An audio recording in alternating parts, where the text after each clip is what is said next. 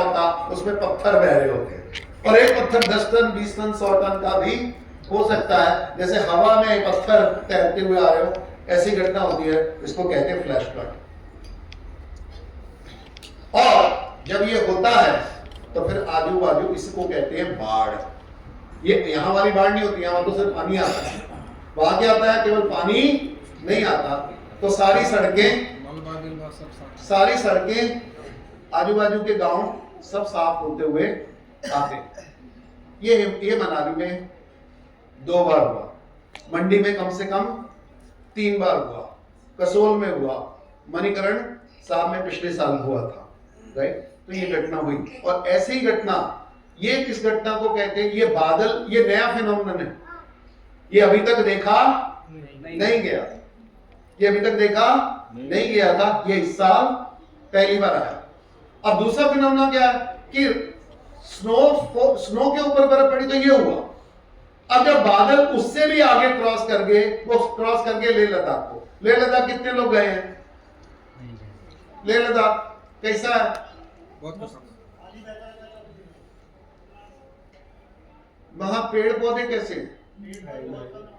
वहां पेड़ पौधे नाम की चीज नहीं है, या तो स्नो है या मिट्टी, कौवा दिखता है सिर्फ, और देखने पे पक्षी के नाम पे कौवा दिखता कभी कभी पोपट भी दिखता है, और लोकल चिड़ियाएं दिखती हैं। वो एक रेत का रेगिस्तान है, रेगिस्तान का पहाड़ है, रेगिस्तान, वो रेगिस्तानी पहाड़ है। तो या तो वो काला रेगिस्तान होता है या वो सफेद रेगिस्तान होता है, जहां स्नो ही स्नो होती है, वहां पानी नहीं बरसता, एक पक्का ग्लेशियर। और भारत की, और उसके ऊपर पक्के ग्लेशियर्स होते हैं, मतलब वो ग्लेशियर तैरते नहीं है, नीचे खड़क दिखता है, खड़े होते हैं, फिक्स होते हैं। इस साल तिब्बत में बारिश, स्नो नहीं, बारिश हुई, और जब बारिश होगी तो कच्चे रेत के पहाड़ों के ऊपर बारिश होगी तो क्या होगा, पानी और 4 गुना बढ़ेगा ना, क्या होगा, तो बताओ क्या क्या हो सकता है। ये वो फिनोमेनन है जो किसी किताब में लिखे हुए नहीं है, क्योंकि ये आमतौर पे घटित होते नहीं, पहली बार हुआ।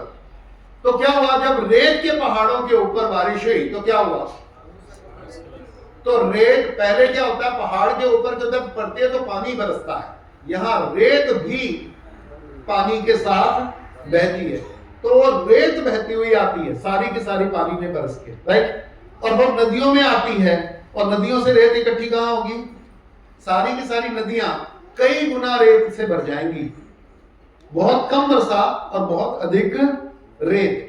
और ये कौन सी नदियों में आई, उन नदियों का नाम है जिसमें रेत भरी इस बार, उन नदियों का नाम है सतलुज, रावी, व्यास, झेलम, चिनाब, और इसकी जितनी भी ट्रिब्यूटरी नदियां हैं उन सब में भयंकर मात्रा में रेत और सिल्ट भर गई।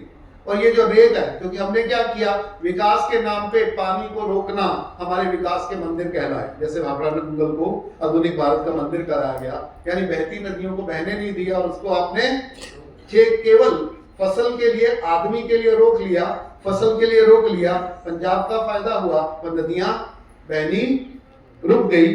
पानी का इस्तेमाल करने के लिए हमने उसको काम किया, उसके बहुत सारे फायदे हैं, उससे कई गुना ज्यादा नुकसान है।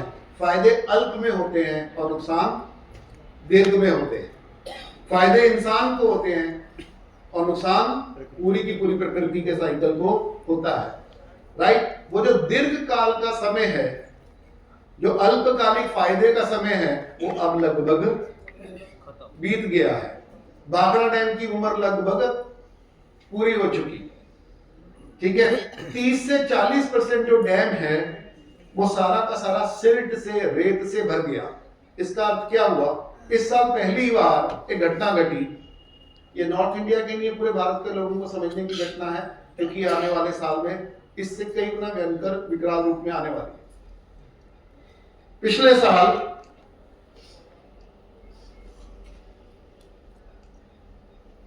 इस साल जो बारिश हुई ना, बाढ़ आई ना भयंकर, तो कितना परसेंट अधिक बारिश हुई, बहुत बारिश हुई, बहुत बारिश हुई, बहुत बारिश हुई।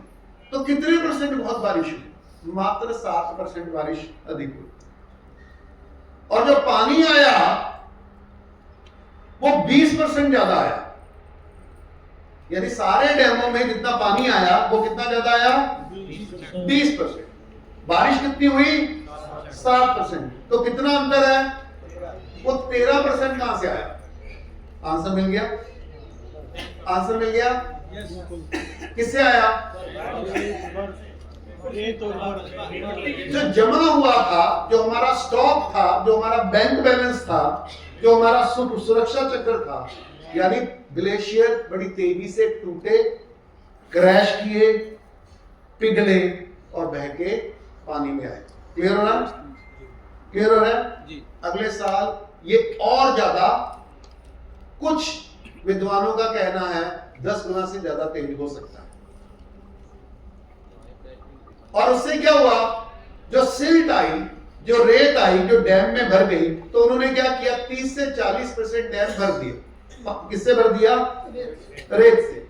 अब बारिश हुई, मतलब नॉर्मल बारिश होती है, मान लीजिए 100 इंच बारिश हुई, तो 100 इंच की उसकी कैपेसिटी है, तो वो ओवरफ्लो होगा नहीं, वो अपनी कैपेसिटी कितना रहेगा।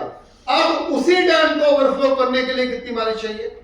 अगर वो 30% पहले से रेत से भरा हुआ है, अब कितने परसेंट में वो डैम ओवरफ्लो होगा?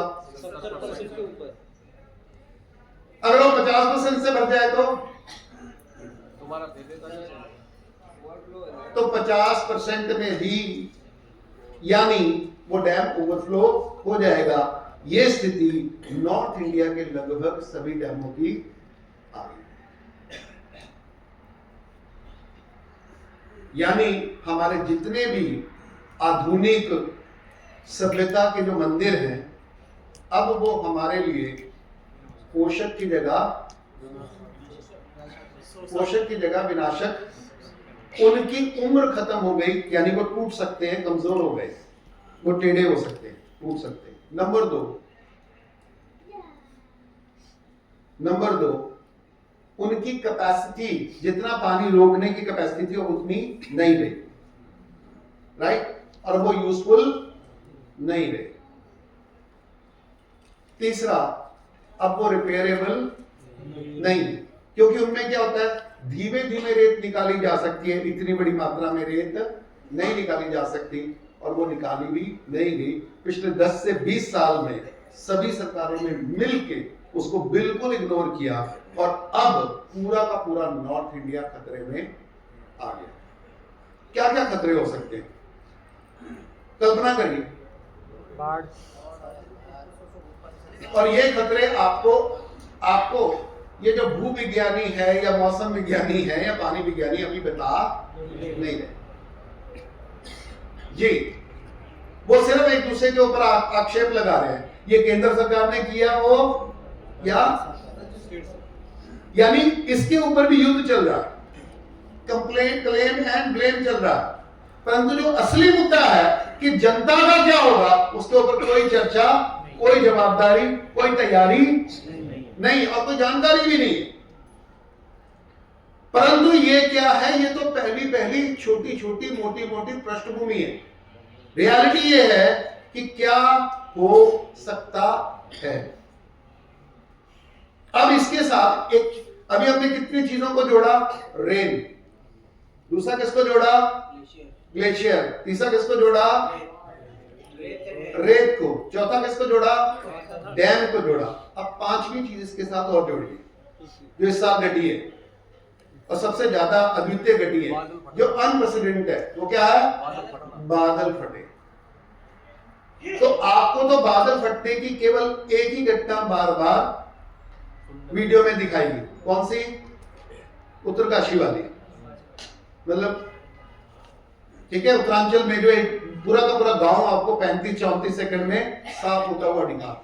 ऐसे सैकड़ों नाम साफ हुए, परंतु हमको पता नहीं है, हमको दिखाए गए नहीं है। उसकी सूचना, जान माल की कितनी हानि हुई, उसकी कोई सूचना नहीं है। कितना रोड गया, कितना इंफ्रास्ट्रक्चर गया, कितने पुल गए, कितनी सड़कें गई, कितने गांव गए, कितने पशु गए, कितने जान माल गए, उसकी कोई घटना आपको सुनने को मिली नहीं।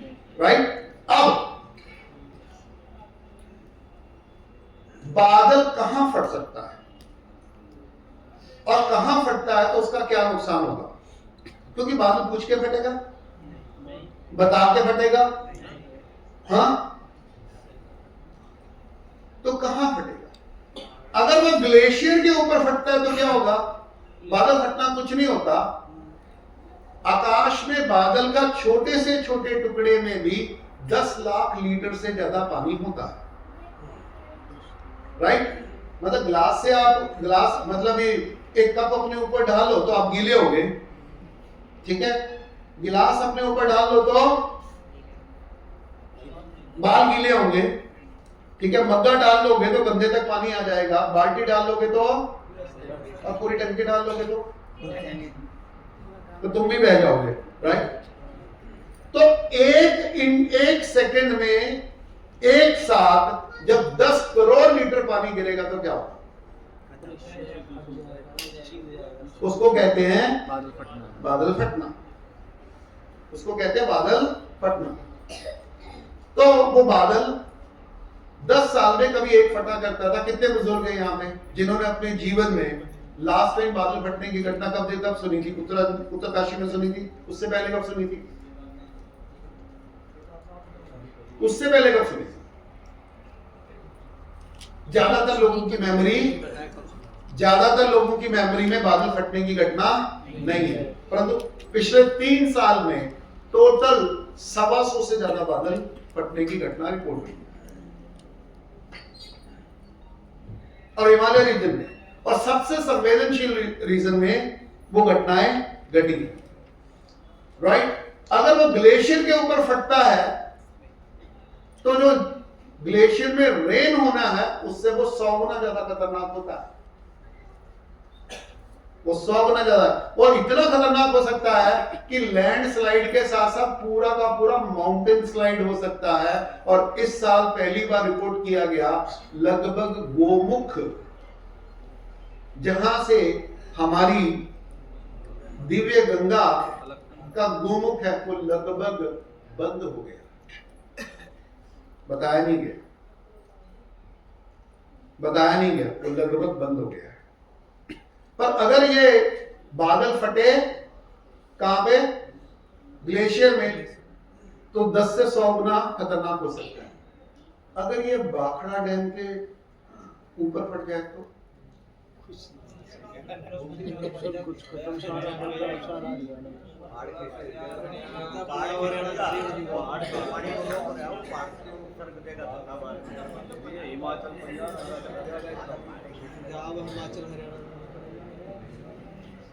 छोटा छोटा आंकड़ा है। अगर भाखड़ा डैम बांध टूटता है, मैंने मेरी 54 साल की उम्र होगी, मैं हिमाचल में पैदा हुआ हूँ, पंजाब में पला बड़ा हुआ हूँ। मैंने अपने जीवन में भाखड़ा डैम जंगल के गेट खुलते हुए का नहीं सुना।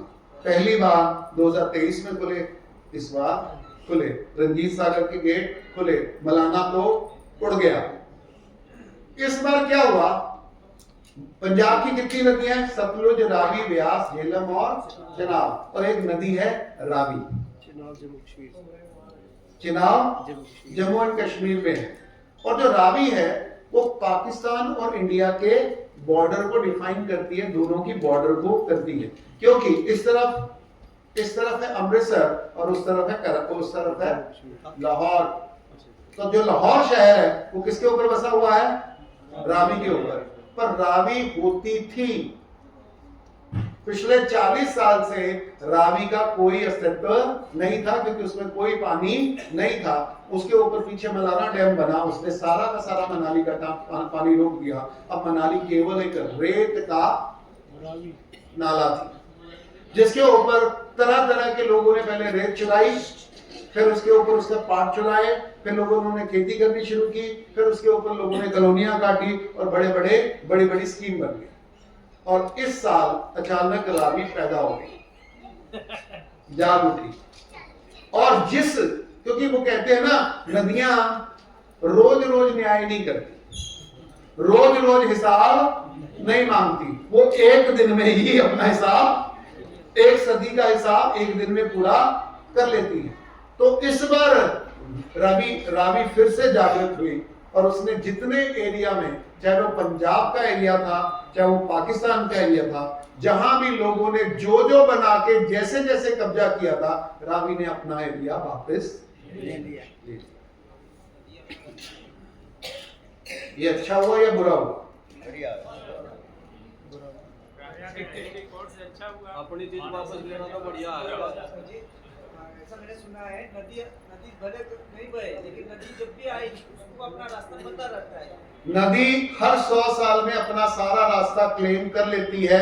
चाहे नदी कितनी बार अपना रास्ता छोड़े, परंतु वो अपनी भूमि छोड़ती नहीं है। वो उसको क्लेम करेगी तो करेगी। ये तो रावी के साथ हुआ कि रावी क्लेम हो गई। जो सतलुज है वो 850 किलोमीटर लंबी नदी है, पर उसके ऊपर डैम का बनू के काट कूट के अब उसको 400 किलोमीटर तक की सीमित कर दिया। यानी पहली बार मानव इतिहास में हम 400 किलोमीटर की नदी खाते हैं। और ये जो हिंदुस्तान के लोग हैं ना, जो गेहूं और चावल खा रहे हो पंजाब हरियाणा का, वो नदियों से खा रहे हो, वो नदियों का एरिया खा रहे हो। और ये जो मकान चिन के बैठे हैं, ये भी नदियों का धरोहर है। ये रेत कहां से आई? ये 90% रेत है। ये कहां से आई? नदियों से चुराई हुई रेत। ये पूरी की पूरी जो सभ्यताएं हैं, ये पूरे के पूरे नगर और महानगर हैं, ये नदियों की देन है। परंतु ये देन नहीं है, ये नदियों ने हमको दिया नहीं है, हमने उससे चुराया है, हमने उसके ऊपर लूटा है, हमने उसके ऊपर डकैती डाली। और अब नदियों ने वो क्लेम करना शुरू कर दिया। रावी पहला एग्जाम्पल है, अंतिम नहीं। पिछले साल, इस साल ये रावी में बाढ़ आई, इस साल आएगी सतलुज में और ब्यास। जब नदियों में तो चोरी हो गई, क्या प्रश्न आया है, बारिश की चोरी हो जाती है क्या? एक एक मुद्दे को जोड़ता जाऊंगा, एक एक मुद्दे को जोड़ता जाऊंगा। हमने क्या किया? कितने मुद्दे को जोड़ा? 5। कौन कौन सा? बादल फटना, ग्लेशियर पिघलना, टूटना, क्रैश होना, रेत, इसको बोलते हैं फ्लैश फ्लड, और डैम, और उसके बाद नदियों का दोबारा रिवाइव हो जाना और बादल फटना ऊपर, है ना। ये 5 एरिया उन्होंने की। अब इस बार जो घटना है, क्या बादल भी चुराए जा सकते हैं? चुराए जा सकते हैं? आप लोगों की क्या राय है? हेलो, बादल चुराए जा सकते हैं? बादल चुराने की, क्या बादल बनाए जा सकते हैं, मैन्युफैक्चर किए जा सकते हैं? क्या बादल निर्देशित किए जा सकते हैं? क्या बादल एज ए बम भी ट्रेड की यूज किए जा सकते हैं? अभी तक ये जो सारी की सारी, इस साल से पहले तक ये सारी की सारी जो जानकारी थी, ये खुफिया थी, ये कभी सुरक्षा कारणों से किसी को बताई नहीं जाती थी। इस बार हमारी ईमानदार सरकारों ने पहली बार माना ही नहीं, परंतु उसको पब्लिसाइज भी किया कि इस साल दिल्ली का पोल्यूशन रोकने के लिए क्लाउड सीडिंग की जा रही है, कृत्रिम वर्षा करवाई जा रही है, जिससे कि बादल बनाए जा सके और जो हवा का प्रदूषण है वो ऊपर से बैठ के, वो कहां आके बैठ जाए? धरती पे, आपकी छतों पे आके बैठ जाए, आपकी स्किन के ऊपर बैठ जाए, आपकी जमीन पे बैठ जाए, आपके पेड़ पौधों पे बैठ जाए और आपकी वाटर बॉडी में चला जाए। वो नाक से ना आए, वो आंख से ना आए, बाकी हर माध्यम से आपके अंदर आए, क्योंकि जाने के लिए और कोई जगह नहीं है। बारिश तो आज तक भी नहीं आई है वहां पर क्लाउड सीडिंग के बाद। वो एक तरफ उन्होंने कहा कि वो हो गई, एक तरफ कहा कि वो फेल हो गई। हाँ, क्योंकि वो ये जो घटना है वो इसकी घटना की गई कि आपने फंड का मिसमैनेजमेंट किया, राइट? खुशी बम फोड़ा आपने, परंतु उसका खर्चा तो किया ना। आईटी कानपुर को पैसे तो दिए, बस इतने लाख रुपए या इतने करोड़ रुपए आपने खर्च कर दिए, उससे कुछ हुआ ही नहीं। ये क्या किया? ये जो खबर है, ये क्लाउड सीडिंग नहीं होने के लिए या क्लाउड सीडिंग होनी चाहिए उसके पक्ष में। तो क्वेश्चन क्या होना चाहिए? का असर होया जी, बीमारियां दिल्ली के चारों तरफ बीमारियां ज्यादा होगी इस बार। मैं आ रहा हूँ उस पे आ रहा हूं। अभी मैं जो विषय कह रहा हूं कि मैंने कहा कि ये जो खबर है ये जनता की आवाज है या सरकार की आवाज है? क्योंकि वो क्या करती है, खबर को इस तरीके से पेश करती है ताकि वो ऐसा पेश करे कि जनता चाहती है कि क्लाउड सीडिंग हो। तो खबर ये होनी चाहिए कि क्या तुमने बटरफ्लाई इफेक्ट जानते हो? क्या तुम्हारा जो बादल है वो आइसोलेटेड जोन है? क्या उसका पर्यावरण के साथ, पर्यावरण चक्र के साथ, ऋतु चक्र के साथ, पानी चक्र के साथ, टेम्परेचर चक्र के साथ, फसलों के चक्र के साथ, जीवन चक्र के साथ संबंध है कि नहीं? वो केवल पानी ही आया उसका और भी है, या पूरा जीवन चक्र है वो? तो उस जीवन चक्र को पूरे का जीवन चक्र को एक छोटी सी घटना के लिए, छोटी सी गलती को सुधारने के लिए सारा का सारा चक्र बिगाड़ देने की घटना है। उसके लिए आपने समाज को पूछा, समाज को बताया, समाज को तैयार किया, उसकी कोई चर्चा नहीं हुई। केवल एक खबर से वो पूरा का पूरा मुद्दा दबा दिया गया। खुद से बम इतना पैसा खर्च कर दिया, क्लाउड सीडिंग कर दी और वो अनशीडी हुई। और सबकॉन्शियस माइंड में ये कहा जा रहा है कि भाई ऐसा करो, इतना ज्यादा क्लाउड सीडिंग करो कि कम से कम बारिश तो हो। ये क्या किया गया? क्लाउड सीडिंग को रोकने के लिए या क्लाउड सीडिंग को प्रमोट करने के लिए? और आपका मुंह बंद, आपका दिमाग बंद, उसको डिफ्लेक्ट करके कहीं और ले गए एक खबर के माध्यम से। ये हुआ, राइट? और जब बादलों से प्रदूषण नीचे आता है तो जैसा कि मैंने कहा कि वो नाक और आंख में नहीं आना चाहिए, बाकी हर एंगल से घुसे और पूरे को पूरे प्रकृति चक्र को वो बर्बाद कर दे। क्लाउड सीडिंग में क्या क्या टेक्नोलॉजी इस्तेमाल की जाती है? इस समय लगभग 12 अलग अलग टेक्नोलॉजीज इस्तेमाल की जा रही है। उसको डिफेंस भी इस्तेमाल कर रहा है, उसको यूनिवर्सिटीज भी इस्तेमाल कर रही हैं, उनको सरकारें भी इस्तेमाल कर रही हैं, उनको राज्य सरकारें भी इस्तेमाल करने लगी हैं। अब तो क्लाउड सीडिंग ऑन डिमांड हो गई है।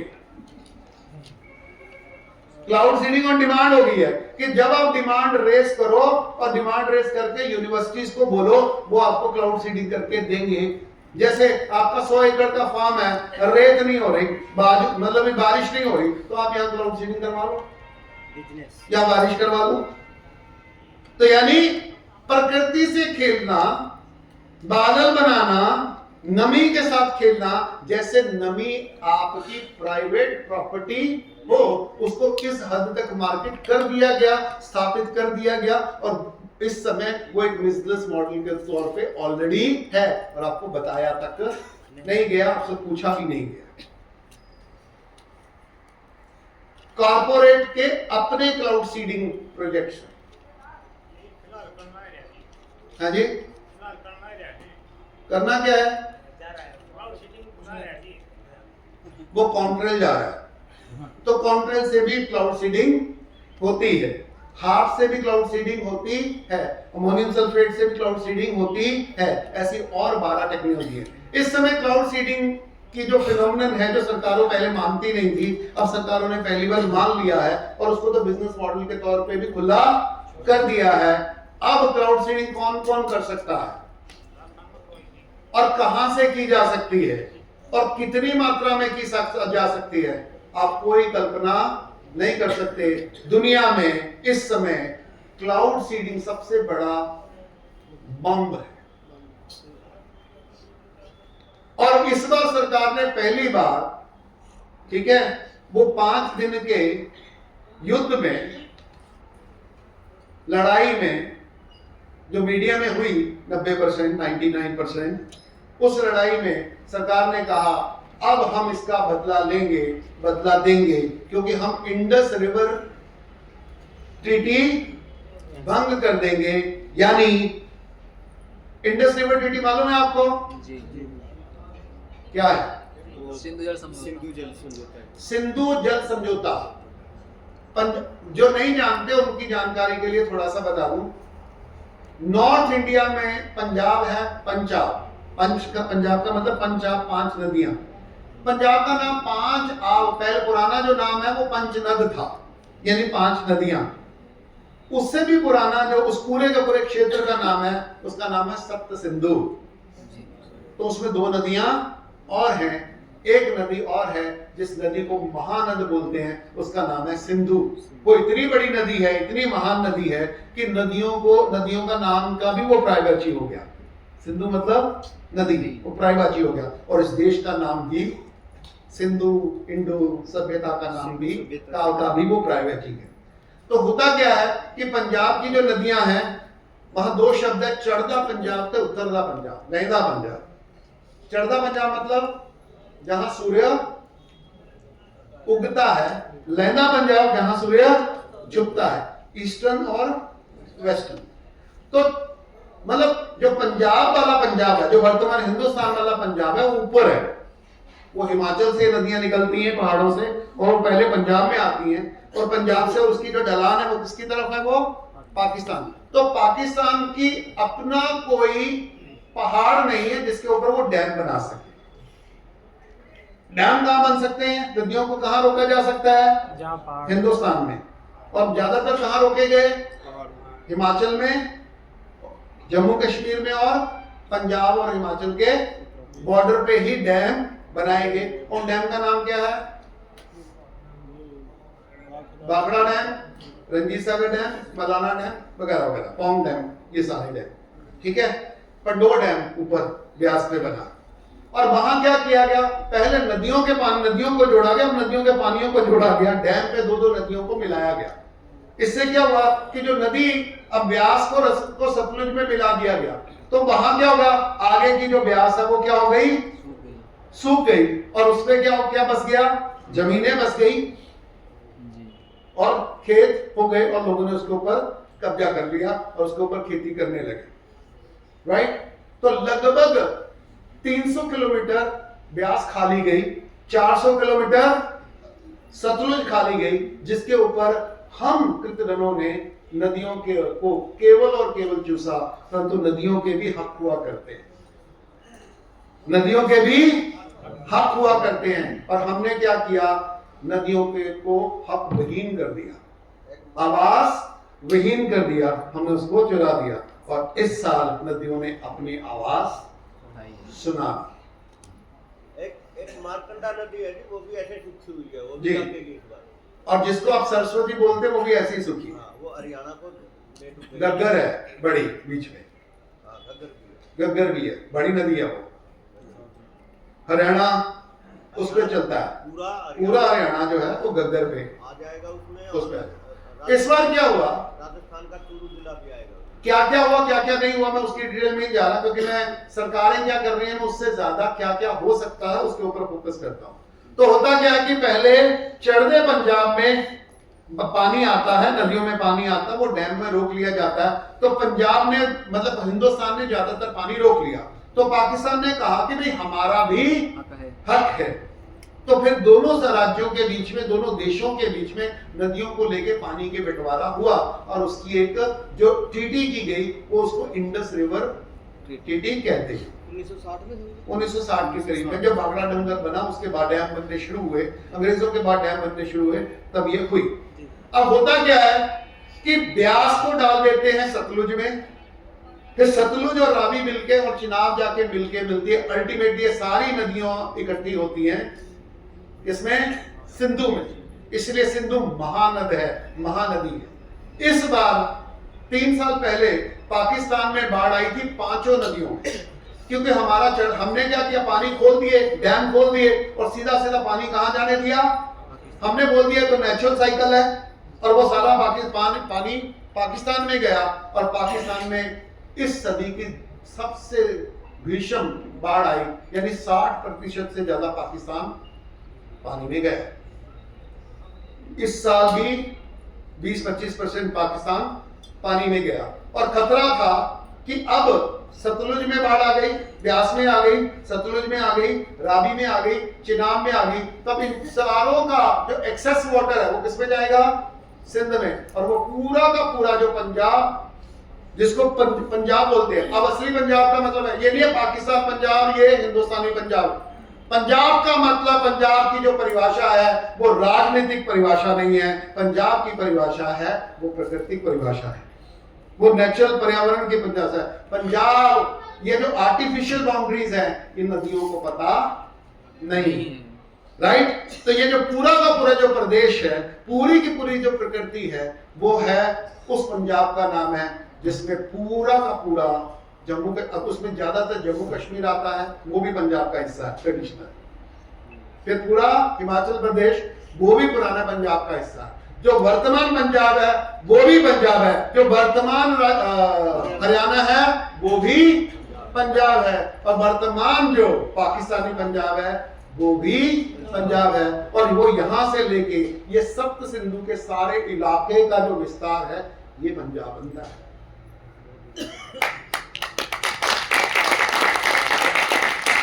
तो नदियों की परिभाषा संस्कृतियों से पहले प्रकृतियों में देखनी पड़ेगी, राइट? ठीक है। अब दोनों देशों के बाद जब तक जो पर्यावरण था, रेन थी, वो कंट्रोल में थी, सीमा के अंदर थी, उनका जो साइकिल था वो नॉर्मल था, तब तक हम उसके साथ छेड़खानी कर सकते थे। इस साल से हमारी लिमिट क्रॉस हो गई है और नदियों ने अपनी ताकत दिखानी शुरू कर दी है, राइट? इस साल एक और घटना घटी। ये जो बारिश है ये रुकी नहीं, ये लेह लद्दाख तक रुकी नहीं, ये लेह लद्दाख से ऊपर जाके तिब्बत चली गई, और तिब्बत से ऊपर जाके एक दो नदियां और निकलती हैं, सिंध डायरेक्ट निकलती है। मानसरोवर लेक से एक तरफ क्या निकलती है? सिंध, जो इस तरफ को बह के पूरे, ठीक है, हिंदुस्तान पाकिस्तान में आ जाती है, और एक नदी उधर को जाती है, उसका मतलब चाइना को उस तरफ को भी जाती है। उस नदी का नाम क्या है? जो इंडिया में घूम करके ब्रह्मपुत्र, जिसको बोलते हैं ब्रह्मपुत्र। वो पूरा का पूरा वो क्या करती है? तिब्बत को क्रॉस करती हुई जाती है चाइना में, और चाइना को क्रॉस करती है हिमाचल प्रदेश से री एंटर करती है आसाम में, एंटर करते हुए बांग्लादेश में, और पूरा का पूरा जो बांग्लादेश है वो इसी के ऊपर निर्भर। और अब जब उसमें बारिश हुई, उसमें सिल्ट हुई, तो तबाही कौन कौन डूबेगा? कौन कौन डूबेगा? कौन कौन तबाह होगा? केवल इंडिया नहीं, केवल पाकिस्तान नहीं, साथ में चाइना है, और चाइना के साथ साथ भारत का जो ईस्टर्न पार्ट है, जिसमें अरुणाचल प्रदेश, असम और बांग्लादेश भी शामिल है। यानी ये एक साथ 4 देशों की तबाही का मंजर है। कितनी जुड़ गई बातें? कितनी जुड़ी? अभी 6 जुड़ी, अभी 7वीं और जोड़ता हूं। 4 दिन पहले एक बड़ा गुब्बारा फूटा इथोपिया में। कहां फूटा? इथोपिया में। और ज्वालामुखी, और वो 12,000 साल बाद, 1200 साल, 12,000 साल बाद फूटा है। यानी प्रकृति में कुछ अंदर ऐसा भयंकर हो रहा है कि धरती अब उसको सहन, उस गर्मी को सहन नहीं कर पा रही, गर्मी घुटने लगी है। और मतलब पूरे के पूरे अफ्रीका में कोई ज्वालामुखी, उसकी तो कोई बात भी हमने नहीं पढ़ी, राइट? और वो अचानक जाग पड़ा, अचानक फूट पड़ा, और वहां से इतनी ऊंची डस्ट गई है, और ज्यादातर भारत में खबरें हुई हैं, क्योंकि वो डस्ट आके ऊपर से आके कहां जाके सेटल हो रही है? दिल्ली में से, दिल्ली से भी आगे, दिल्ली में आ गई तो उसका एक असर होगा, पंजाब की, हरियाणा की फसलों में आके गिरेगी तो उसका दूसरा असर होगा, नदियों में गिरेगी तो उसका तीसरा असर होगा, और ग्लेशियर के ऊपर जाके गिरी तो, जम गई तो चौथा होगा। उससे क्या होगा? जो स्नो मेल्टिंग की घटना है वो बढ़ गई। यानी ये कितना सर्कल हो गया? ये 7वां साइकिल उसमें एंटर हो गया। ये घटना कहां घट रही है? धरती पे। ये घटना कहां कर रही है? गति में। अब एक घटना 8वीं घटना है जो इस समय घट रही है, और वो घटना धरती के ऊपर नहीं घट रही है, वो धरती से परे घट रही है, और वो सूर्य पे घट रही है। क्योंकि जैसे ऋतु का चक्र होता है, पवनों का चक्र होता है, दिन और रात का चक्र होता है, मौसम का चक्र होता है, तापमान का चक्र होता है, रेनफॉल का चक्र होता है, राइट, उसी तरह से सूर्य का भी एक चक्कर है। क्योंकि सूर्य के ऊपर आपको काले धब्बे नजर आते हैं, ब्लैक स्पॉट नजर आते हैं, मालूम है ना सबको? ठीक है, सूर्य पे उठते रहते हैं ब्लैक स्पॉट बनते हैं। वो ब्लैक स्पॉट कुछ नहीं होते हैं, वो सूर्य पे भी ज्वालामुखी फूटते हैं, जिनको ब्लैक स्पॉट बोलते हैं। उनका तापमान लगभग 4000 डिग्री होता है, नॉर्मल सूर्य का तापमान 6000 डिग्री होता है। वो टेम्परेचर के डिफरेंस के कारण वो लाल होते हुए भी काले नजर आते हैं, उसको सनस्पॉट्स बोलते हैं। जब वो फूटते रहते हैं तो प्रेशर कुकर, तो सूर्य क्या एक प्रेशर कुकर है, तो प्रेशर के कारण उसके अंदर जो प्रेशर इकट्ठा होता है वो बाहर निकलता रहता है, तो सूर्य का तापमान एक नियम में, एक नियंत्रण में रहता है। अगर प्रेशर कुकर की सीटी बंद हो जाए तो प्रेशर बढ़ जाएगा, प्रेशर की सीटी बंद हो जाए तो क्या होगा? प्रेशर बंद हो जाए तो और क्या होगा? और क्या होगा? वो फटेगा। जब वो फटेगा तो जो घटना घटती है उसको बोलते हैं सोलर मास इजेक्शन, SME। तो वो सौर ज्वालाएं फटती हैं, इतनी तेजी से सूर्य के अंदर से ज्वाला फटती है कि उसमें 10-20 हजार धरतियां तो नॉर्मली समा जाती है। वो इतनी बड़ी ज्वाला होती है क्योंकि सूर्य का जो आकार है वो धरती से 13,33,000 गुना बड़ा है, और वो 15 करोड़ किलोमीटर दूर है। मोटा मोटा सूर्य का भी तापमान बढ़ जाता है, और सूर्य का तापमान बढ़ने से धरती का तापमान भी बढ़ता है, जिसको हीट वेव कह रहे हैं। उसका एक कारण धरती पे है और दूसरा कारण आकाश में है, राइट। और इस साइकिल को 7 साल का और 14 साल का साइकिल कहते हैं, राइट। इस साल वो 14 साल का साइकिल आ रहा है, जिसको हम सोलर मैक्सिमम कह रहे हैं, यानी सूर्य का तापमान इस साल सबसे अधिक होने की संभावना है, जिससे जो ग्लेशियर मेल्टर है, अनप्रेसिडेंटेड मतलब हीट, गर्मी आएगी, सर्दी आएगी, और गर्मी सर्दी के साथ साथ पूरा का पूरा जो ऋतु चक्र है वो एक्सट्रीम में चलता है। और इस साल मैंने मनाली में बात कर रहा था, मनाली में बात करते करते जब मैं ये सारी बातें कर रहा था, मैंने कहा ये तो पहली बार हो रहा है, पहले कभी नहीं हुआ। तो एक बूढ़ी अम्मा ने, 90 साल की बूढ़ी अम्मा ने कहा, ना ना ना बेटा, हुआ था। उसने बताया हुआ था। कब हुआ था? तो उन्होंने कहा 1905 में हुआ था। 1905 में इतनी अतिवृष्टि हुई कि पूरा का पूरा हिमाचल, मनाली, कुल्लू मनाली सब पानी पानी हो गया था, और 7-7, 8-8 दिन तक बारिश रुकती नहीं थी, और सब कुछ पानी पानी हो गया था। अच्छा, मैंने कहा और क्या हुआ था?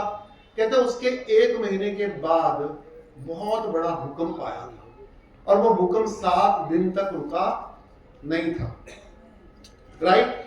मैंने कहा और क्या हुआ था? कहता ऐसा हुआ कि चारों तरफ सांप ही सांप निकल आए थे, ऐसे ऐसे जीव निकल आए थे कि जो देखे नहीं गए।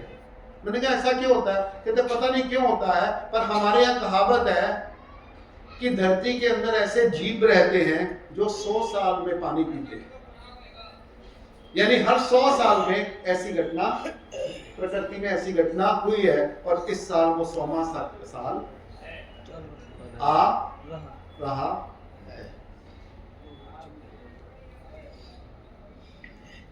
अब मैंने कुछ ज्योतिषियों से बात की, तो कहते हैं कि इस समय जब 2 प्रकृति के साइकिल, प्रकृति में अलग अलग साइकिल होता है, दिन रात का छोटा सा साइकिल, राइट, और ये साइकिल स्थिर है या आगे पीछे जाता है? हेलो, जागो, ये और कहीं सुनने को नहीं आएगा, बैठो के, ये बात और कोई सुनने को नहीं आएगी, इसको इसलिए ध्यान से सुनो। तो दिन रात आगे पीछे होते हैं, छोटे बड़े होते हैं, यस और नो? यस। उसके साथ क्या बड़ा छोटा होता है? महीने छोटे बड़े होते हैं। और क्या होता है? चांद का भी साइकिल है। और क्या होता है? सूर्य का भी साइकिल है, उत्तरायण और दक्षिणायन का, और ऋतुजय साइकिल भी है, मॉनसून साइकिल भी है, और कौन सा साइकिल है? सूर्य का भी साइकिल है। और इन साइकिल का आपकी सेहत के ऊपर, आपके मूड के ऊपर और मानव के जन्म के ऊपर भी असर पड़ता है, क्योंकि ये साइकिल हमारी बहनों के माहवारी को प्रभावित करता है, जिससे जन्म दर के ऊपर भी असर पड़ता है। ये वो दिखने में वहां है, परंतु वो जीवन के हर एरिया में वो समाये हुए हैं। वो इतनी संवेदनशील घटना है। ठीक है, जब ये दो साइकिल आपस में टकरा जाते हैं उसको बोलते हैं विपदा। ये सारे साइकिल अलग अलग हैं, पर जब ये मिल जाते हैं, एक दूसरे को क्रॉस कर देते हैं, तो उनका जो वेग है वो क्या हो जाता है? डबल। अगर 2 मिल जाए तो ट्रिपल, अगर 3 मिल जाए तो, अगर 10 मिल जाए तो, अगर 11 मिल जाए तो। ऐसा ज्योतिषी गणनाओं से पता चलता है कि ऐसे 8 साइकिल महाभारत काल में शायद मिले थे। और इस समय की जो सारी परिस्थितियां बन रही हैं वो शायद 11 मिल सकती हैं।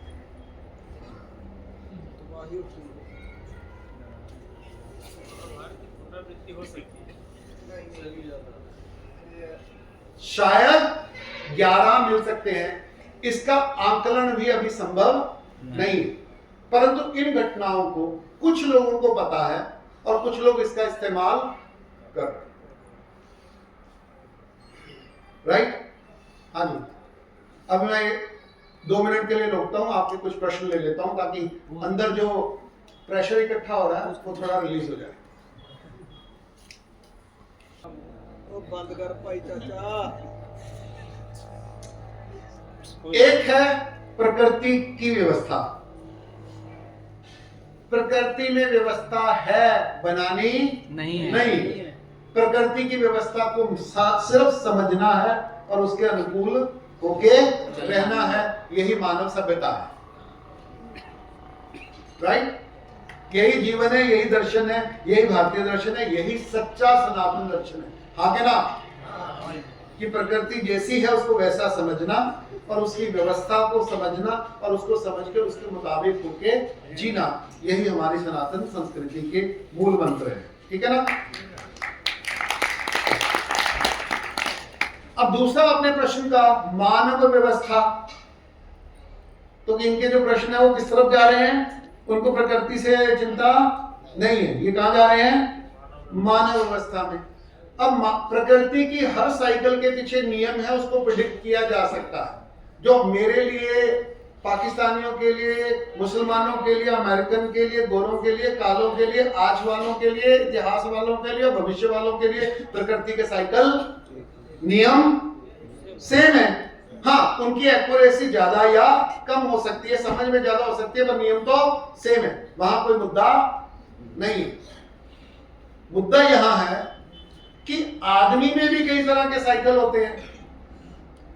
मैनमेड साइकिल भी तो होते हैं। यस और नो? या नो? ठीक है ना? तो जो इकोनॉमिक्स है वो मैनमेड साइकिल है, इलेक्शन है वो मैनमेड साइकिल है। ठीक है? जो बूम एंड तेजी है, शेयर मार्केट की तेजी और मंदी है, वो मैनमेड साइकिल है। युद्ध मैनमेड साइकिल है। ठीक है? पॉपुलेशन का बढ़ाना और पॉपुलेशन का घटाना, वो कौन सा साइकिल है? मैनमेड। सभ्यताओं का पैदा होना और सभ्यताओं का डूब जाना, वो मैनमेड साइकिल है। राइट? अभी क्या हो रहा है? प्रकृति के भी मल्टीपल साइकिल मिल रहे हैं और इंसानों के भी मल्टीपल साइकिल मिल रहे हैं, और ये दोनों एक दूसरे के साथ गड्ढमट हो रहे हैं। और इसके कौन पहला है और कौन दूसरा है, उसका आकलन करना संभव नहीं है। राइट? अगर मैं कुछ भी बोलूंगा वो कॉन्स्पिरेसी थियरी में आएगा। वो किस में आएगा? कॉन्स्पिरेसी थियरी में आएगा। अभी मैं कॉन्स्पिरेसी थियरी में नहीं उलझ रहा हूं, अभी मैं तथ्यों की तरफ उलझ रहा हूं कि ऐसा हो रहा है कि नहीं हो रहा, उससे दुष्परिणाम हो रहे हैं कि नहीं हो रहे। अच्छा, उसके हमें कौन, अभी कौन कारण है, कौन परिणाम है, उससे पहले हम ये देखते हैं कि इसका हर्जाना क्या क्या हो सकता है, इसके परिणाम क्या क्या हो सकते हैं, उसके ऊपर फोकस करो। ठीक है, फिर हम आगे आएंगे। ये सही है तरीका? हेलो, हाँ, क्योंकि हाँ जी आगे बट सर पॉलिटिकल बेनिफिट क्या है? वो जब मैं मैनमेड साइकिल की बात करूंगा तब हम इसके बारे में बात करेंगे। अभी हम, ठीक है ना, अभी हम प्राकृतिक साइकिल के ऊपर ज्यादा फोकस कर रहे हैं। हाँ, दोनों का एक दूसरे के साथ डायरेक्ट संबंध है, उनके बहुत सारी एप्लीकेशन है, उसके ऊपर बाद में आते हैं। एक सवाल और है सर, हाँ आर्टिफिशियल रेन क्या ड्रोन से भी करवाई जा सकती है? हाँ, ड्रोन से वो सब कुछ किया जा सकता है जो मिसाइल के द्वारा किया जा सकता है, जो प्लेन के द्वारा किया जा सकता है, जो रॉकेट के द्वारा किया जा सकता है, जो रडार के द्वारा किया जा सकता है, जो इलेक्ट्रॉनिकली किया जा सकता है, जो मैग्नेटिकली किया जा सकता है, जो केमिकली किया जा सकता है, वो सब किया जा सकता है ड्रोन के मदद से। क्योंकि ड्रोन अपने आप में टेक्नोलॉजी नहीं है, वो कैरियर व्हीकल है और वर्सटाइल कैरियर व्हीकल है, और वो छोटे से लेके बड़ा कितना भी हो सकता है।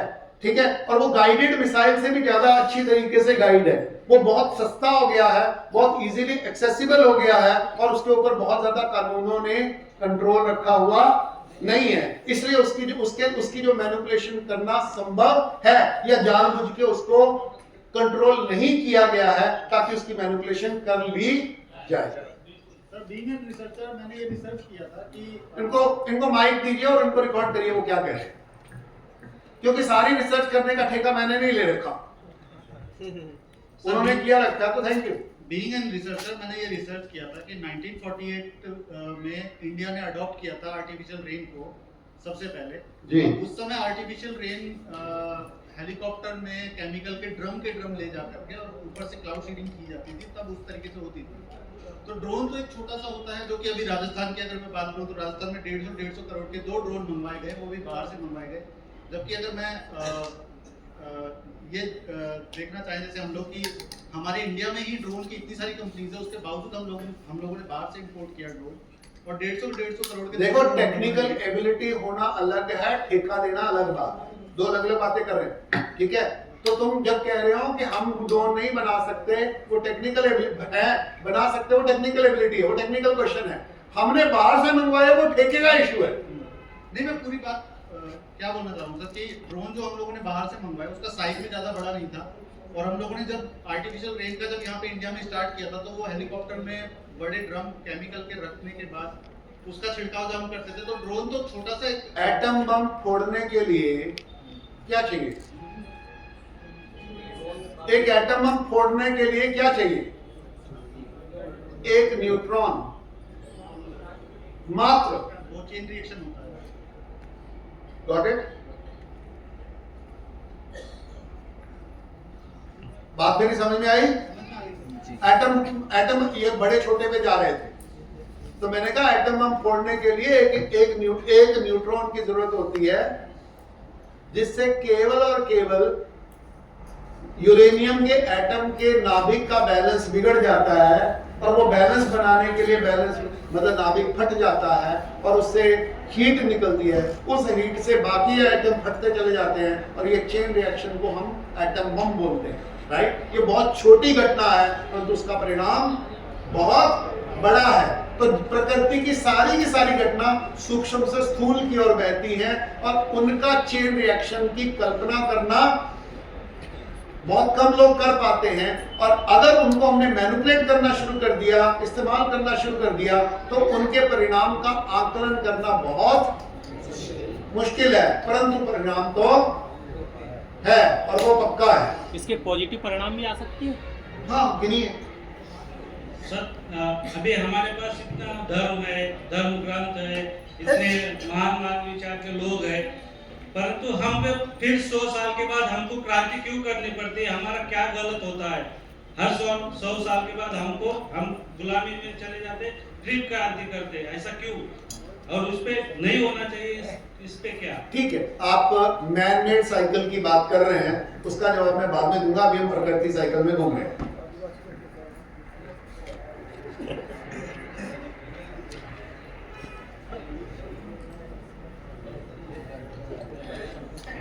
सवाल तो कुछ और था, लेकिन ये एक सवाल तो सुबह से खाया जा रहा, पहले मैं वो कर लेता हूँ, उसके बाद सवाल पूछता हूँ। खाया जा रहा है कि पिए जा रहा है? अरे बार दिमाग में आ जा रहा। देवेंद्र बलाना भाई कहाँ है? अरे देवेंद्र बलाना भाई कहाँ है? तुम मैन मेड साइकिल, सुनाइए सर। क्योंकि अब प्रकृति मानव को कैसे इन्फ्लुएंस करती है उसके बारे में हमने छोटी छोटी बातें, जब प्रकृति हमसे बिगड़ जाएगी तो क्या हो सकता है उसकी हमने छोटी सी कल्पना की। अब दूसरा है कि मानव जब बिगड़ जाएगा तो प्रकृति पे क्या असर होगा, हम उसकी बात करते हैं। अब तीसरा, ये दोनों बिगड़ जाएं तो क्या होगा, ये तीसरी बात कर लें। ठीक है, हम जनता सरकार मोर्चे में ये बातें अभी क्यों कर रहे हैं, पहले एक सवाल का जवाब दे दे, ताकि ये जो सारी डिस्कशन है वो फोकस में रहे, वो केवल ज्ञान चर्चा ना रह जाए, वो हमारे विषय वस्तु के साथ व्यवस्था परिवर्तन, स्वदेशी और आजादी बचाओ के साथ भी जुड़ती रहे। राइट, ठीक है ना? तो हम ये चर्चा क्यों कर रहे हैं और ये चर्चा करनी क्यों जरूरी है?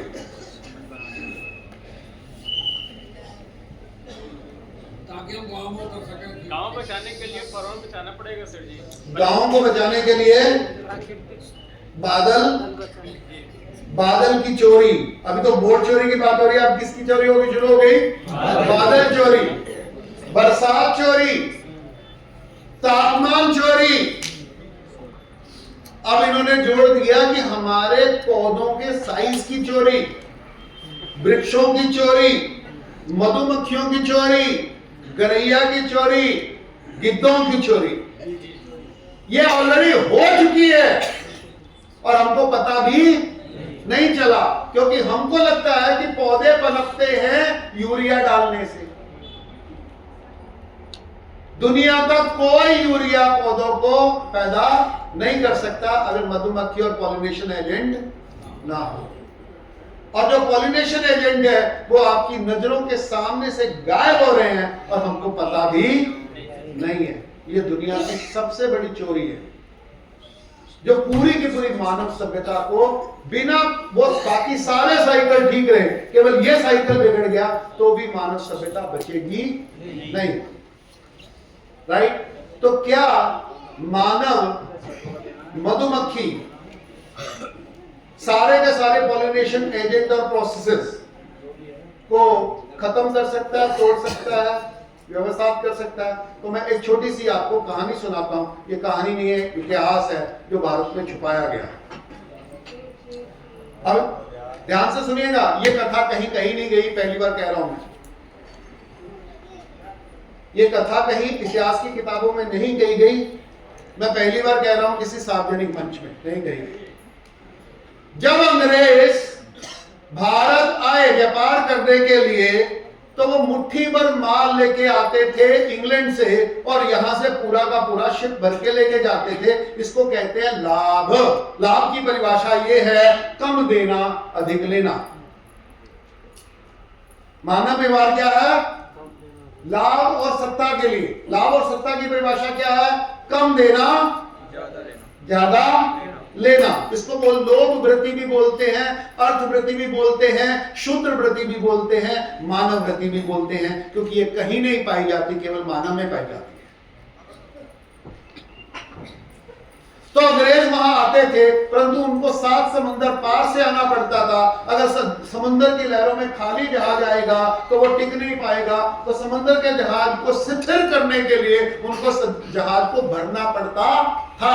परंतु भारत में बेचने लायक उनके पास कोई वस्तु ही नहीं थी। तो वो क्या करते थे? कुछ वस्तुओं को छोड़ के, सोने चांदी या दूसरी वस्तुओं को छोड़ के, इसेंशियल मेटल, कीमती मेटल को छोड़ के, उनके पास कोई प्रोडक्ट नहीं था, तो वो खाली जहाज को वहां की मिट्टी से भर के लाते और वो कैलकाटा के बाहर नहरों में, डेल्टा में वो उसको डंप कर देते थे। परंतु वहां के शोर में फिर देखा कि कई कुछ साल के बाद देखा कि मिट्टी कहां से लाए, क्योंकि समुद्र तट पर तो मिट्टी होती नहीं है, तो अंदर से लानी पड़ती है। उसको खोदना, उसको भरना बहुत महंगा पड़ता था। तो किसी अंग्रेज ने कहा कि काहे मिट्टी लाते हो, ये रेत तो पड़ी रहती है ना समुद्र के किनारे ना, रेत नहीं है, नमक तो पड़ा रहता है ना समुद्र के किनारे। और उन्होंने देखा कि भारत के लोग नमक बहुत खाते हैं, अंग्रेज नहीं खाते, क्योंकि मीट खाते हैं ना, मीट में नेचुरल सॉल्ट होता है। परंतु भारत के लोगों की जो डाइट है वो वेजिटेरियन है, तो वेजिटेरियन डाइट को पचाने के लिए किसकी जरूरत है? नमक की। यहाँ पे तो पशु भी नमक खाते हैं, यहाँ तो महिलाएं भी नमक खाती हैं, राइट। और एक इंसान भारत में औसतन 8.5 किलो नमक अकेला आदमी खा जाता है, अलग अलग तरीकों से। इतनी कंजम्पशन है भारत में एक आदमी की। तो अंग्रेजों ने एक नया बिजनेस मॉडल क्रिएट किया जो कभी बताया नहीं गया। वो अंग्रेजों का सबसे प्रॉफिटेबल बिजनेस मॉडल था। वो वहां से खाली जहाज में नमक भर के लाते थे, और उन्होंने न किया, पर उन्होंने देखा कि यहाँ वो कैसे बिकेगा, क्योंकि वो तो सारे भारत में नमक ही नमक है, समुद्री तटों में नमक ही नमक है। यहाँ तो नमक के पहाड़ भी हैं और नमक की झीलें भी हैं, सांबर लेक राजस्थान में, राइट। तो सारा का सारा हिंदुस्तान पानी में भरा हुआ है। तो अब अंग्रेजों ने जब प्लासी की लड़ाई जीत ली तो उन्होंने कानून बनाने का अधिकार कर लिया। उसने बहुत से कानून बनाए। उन्होंने एक कानून बनाया कि आज के बाद नमक को पैदा करना, स्टोर करना और बेचने का एक छत्र अधिकार केवल और केवल और केवल अंग्रेजों का होगा। उसको नमक का कानून बोला गया। परंतु क्या है, नमक की सप्लाई ज्यादा है, मैन्युफैक्चरिंग डिमांड कम है, तो लोग बना लेते थे छुप के। तो अंग्रेजों ने क्या किया, एक पूरी की पूरी नमक की पुलिस, नमक की फौज तैयार की, जिसमें 25,000 सैनिक थे। और उसमें नमक के दरोगा नियुक्त किए जाते थे, नमक के ऑक्ट्रॉय किए जाते थे। लालचंद मतलब मुंशी प्रेमचंद ने कौन सी कथा लिखी है, नमक का दरोगा, उसी घटना पे लिखी गई। और वो जो परंतु उसने क्या किया, नमक की ऑक्ट्रॉय बनाई गई। वो उड़ीसा से, भुवनेश्वर से लेके वो जाती थी पूरे भारत को चीरती हुई रावलपिंडी तक। और ये दुनिया की दूसरी सबसे बड़ी मैन मेड वॉल थी जो इंडिया में बनाई गई, जिसको बोलते हैं नमक की दीवार, ऑक्ट्रॉय वॉल। वो आधी पत्थर की बनी थी, आधी लोकल मटेरियल की बनी थी। और उस दीवार को बनाने और चलाने का जो काम था वो उस महान आदमी को दिया गया जिसने भारत में कांग्रेस की स्थापना की, केओ हुम ने। वो उसका संचालक था। उसने कहा कि यहाँ कंटीली धारियां बहुत हैं, वो इतनी चौड़ी हो जाती हैं, 10 मीटर चौड़ी और 15 मीटर ऊंची, कि जिसमें कोई परिंदा भी पर नहीं मार सकता। और उसकी देखरेख के लिए दोनों तरफ सड़क बैठाई, और उस सड़क पे कोई भी आदमी उस दीवार को क्रॉस करने की कोशिश करता था, उसको इमीडिएटली शूट कर दिया जाता था। उस दीवार की रक्षा में 25,000 सैनिक तैनात थे। और 1 ग्राम भी नमक बिना टैक्स के, उसको नमक को कंट्रोल किया गया, उसको महंगा किया गया और उसके ऊपर टैक्स लगाया गया। और कितना टैक्स लगाया गया, 40% टैक्स लगाया गया। किसके ऊपर, नमक के ऊपर। और इसीलिए गांधी जी को अपना सत्याग्रह आंदोलन करने के लिए एक ऐसा मुद्दा चाहिए था जो हर इंसान को प्रभावित करता हो, और वो मुद्दा कौन था, नमक था। इसलिए नमक सत्याग्रह हुआ। वो गांधी जी को पता था, लोगों को पता नहीं था, राइट। परंतु इस पूरी घटना में लोगों के पास नमक खरीदने के लिए भी पैसे नहीं थे।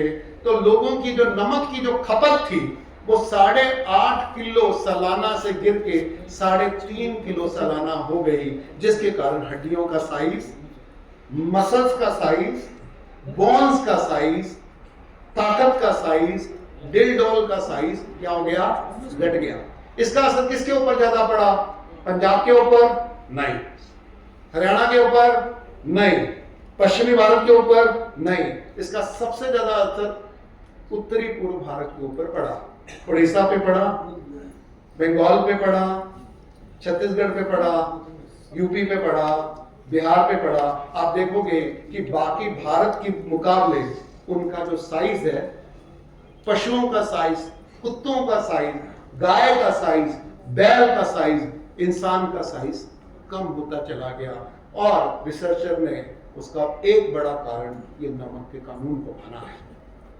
यानी आपकी जिन्सों के साथ ये भी हुआ है। और पिछली सदी में हुआ है और किसी इतिहास पुरुष ने उसको दर्ज तक नहीं किया।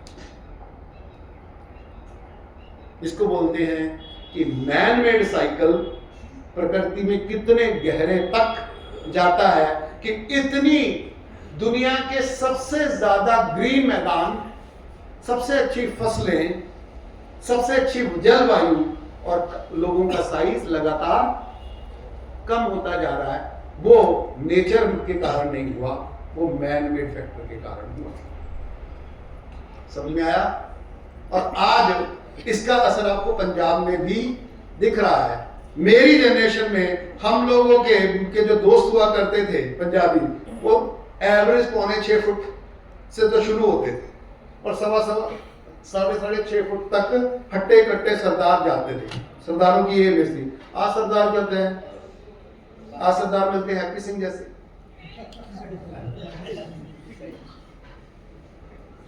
ड्रग के मारे हुए, डाइट के मारे हुए, चिंता के मारे हुए, लाइफस्टाइल के मारे हुए, राइट?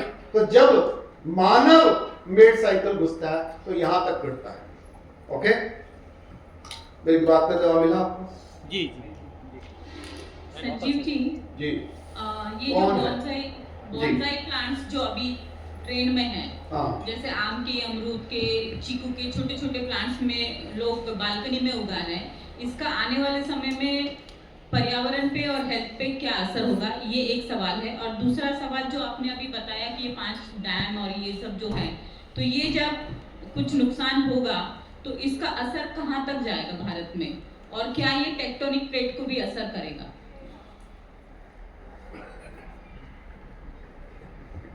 कहने वालों ने यहां तक कह दिया है, आधा हिमालय की 6000 फीट से ऊंचे की जितनी भी चोटियां हैं वो फ्लैट हो गए, यहां तक गए।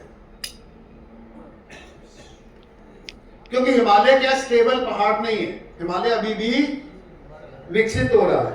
और जब ये पानी का चक्कर होता है, पानी का चक्कर ऊपर चलता है या नीचे भी चलता है? हेलो, नीचे भी चलता है। तो वो क्या कर रहा है, पूरे के पूरे चारों तरफ उसकी जो ढलान है उनको प्रभावित कर रहा है। उसमें जो ह्यूमिडिटी है, उसमें जो पानी है, उसमें जो सर्कुलेशन है, सबको प्रभावित कर रहा है और धरती के दबाव को भी प्रभावित कर रहा है। तो जैसा वो अम्मा ने कहा था कि जब जब अतिवृष्टि हुई है तो भयंकर भूकंप भी साथ में आए हैं। और उसके साथ तीसरा साइकिल भी जुड़ा है, जब जब अतिवृष्टि हुई है, भूकंप आए हैं, तब तब महामारी भी साथ में आई है। पिछली बार जब ये हुआ था तो तीनों साइकिल मिले थे, तो भारत में लगभग 30 लाख लोगों की मृत्यु हुई थी। उस समय भारत की पॉपुलेशन लगभग 30 करोड़ के करीब थी, उसमें से 30 लाख मर गए। वो मध्य भारत में आया था। वही घटना का असर, सबसे बुरा जो असर है इसका, जो सबसे बुरा असर हुआ था वो हरियाणा के ऊपर हुआ था। और जो जानकार हैं वो ये कहते हैं कि 1880-90 से 1900 के बीच में हरियाणा की 70% पॉपुलेशन साफ हो गई थी। कितनी? क्योंकि इतिहास में ये घटनाएं सामाजिक हैं, इनका राजनीतिज्ञों को कुछ लेना देना नहीं है, उनको कोई फायदा नहीं होता। वो इन घटनाओं को कभी दर्ज नहीं करते ताकि मानव इसके बारे में चौकन्ना ना हो जाए, जाग ना उठे, क्रांति ना कर दे, विरोध ना कर दे। इसलिए ऐसी घटनाओं को नहीं बताया जाता। और बोनासाई प्लांट के बारे में वो डॉक्टर है, वो ज्यादा अच्छा बता सकते। अभी नहीं, वो मेरी एक्सपर्टीज का विषय नहीं है। पर आपको भी पता है, छोटा खाओगे, मोटा खाओगे, प्राकृतिक खाओगे, वैक्सीन वाला खाओगे, नेचुरल खाओगे, आर्टिफिशियल खाओगे, तो उससे क्या क्या हो सकता है उसकी कल्पना आप सब कर सकते हैं। मेरे पास तथ्य नहीं। मैंने बोल दिया ना भूकंप, यार भूकंप बोला मैंने। सभी को नमस्ते जी। मेरा एक 2 आंतरिक प्रश्न था जो कि मैं अभी आपको नहीं पूछूंगा और मैं आपको कभी वो आंसर मैं मैं अंतर्यामी नहीं हूँ। मैं आपको पूछूंगा भी नहीं और छोड़ूंगा भी नहीं, लेकिन मेरा अभी 2 सार्वजनिक ये क्या था वैसे? कहना क्या चाहते छोड़ूंगा का मतलब क्या है तुम्हारा? मतलब ये आंसर आपसे पूछूंगा जरूर, कभी मौका मिलेगा। ये कहता पूछूंगा भी नहीं और छोड़ूंगा भी नहीं, इसका क्या मतलब है? नहीं, पूछूंगा जरूर, छोड़ूंगा नहीं। जरूर पूछूंगा।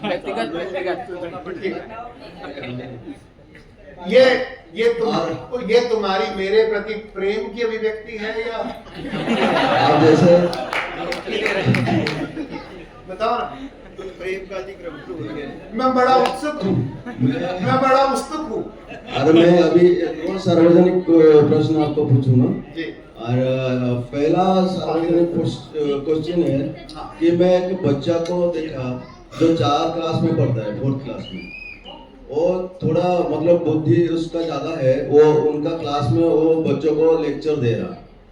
और इसमें जो कॉपी में लिखा है कुछ रिसर्च के बारे में, वो उसमें लिखा है कि कोई यूरोपियन गॉड के बारे में वो बोल रहा था। वो यूरोपियन गॉड था जो इसमें वो बता रहा है कि ऐसा एक यूरोपियन गॉड है जो कि आप जो सोच रहे हो वो आप सोचने के तुरंत बाद वो उसको पता चल जाता है। और बोल रहा है वो लड़का कि और ये आपको पता चल दादा, ये भी आंतरिक प्रश्न है, हम आंतरिक रूप से इसका जवाब दे देंगे, छोड़ो उसको।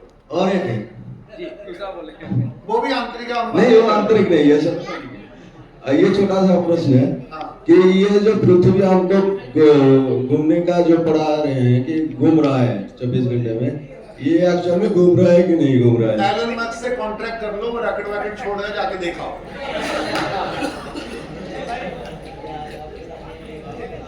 कुछ मैं कुछ साथियों ने प्रश्न जो है मेरे को लिख के दिए हैं, तो मैं प्रश्न पढ़वा, वो व्यक्ति ही पूछ लेगा।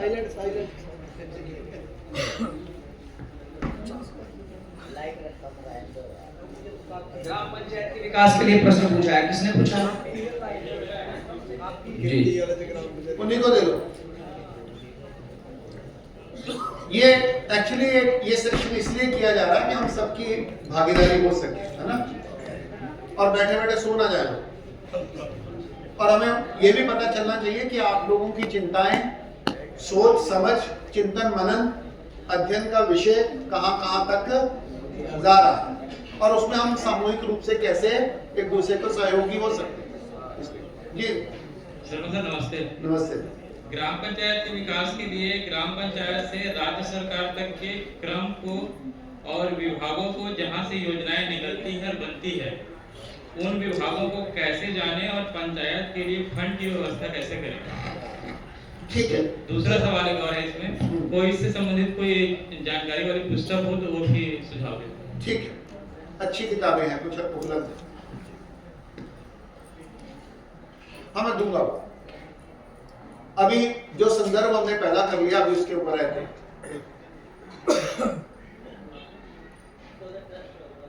हाँ भी वो कोने में जल्दी आ जाओ।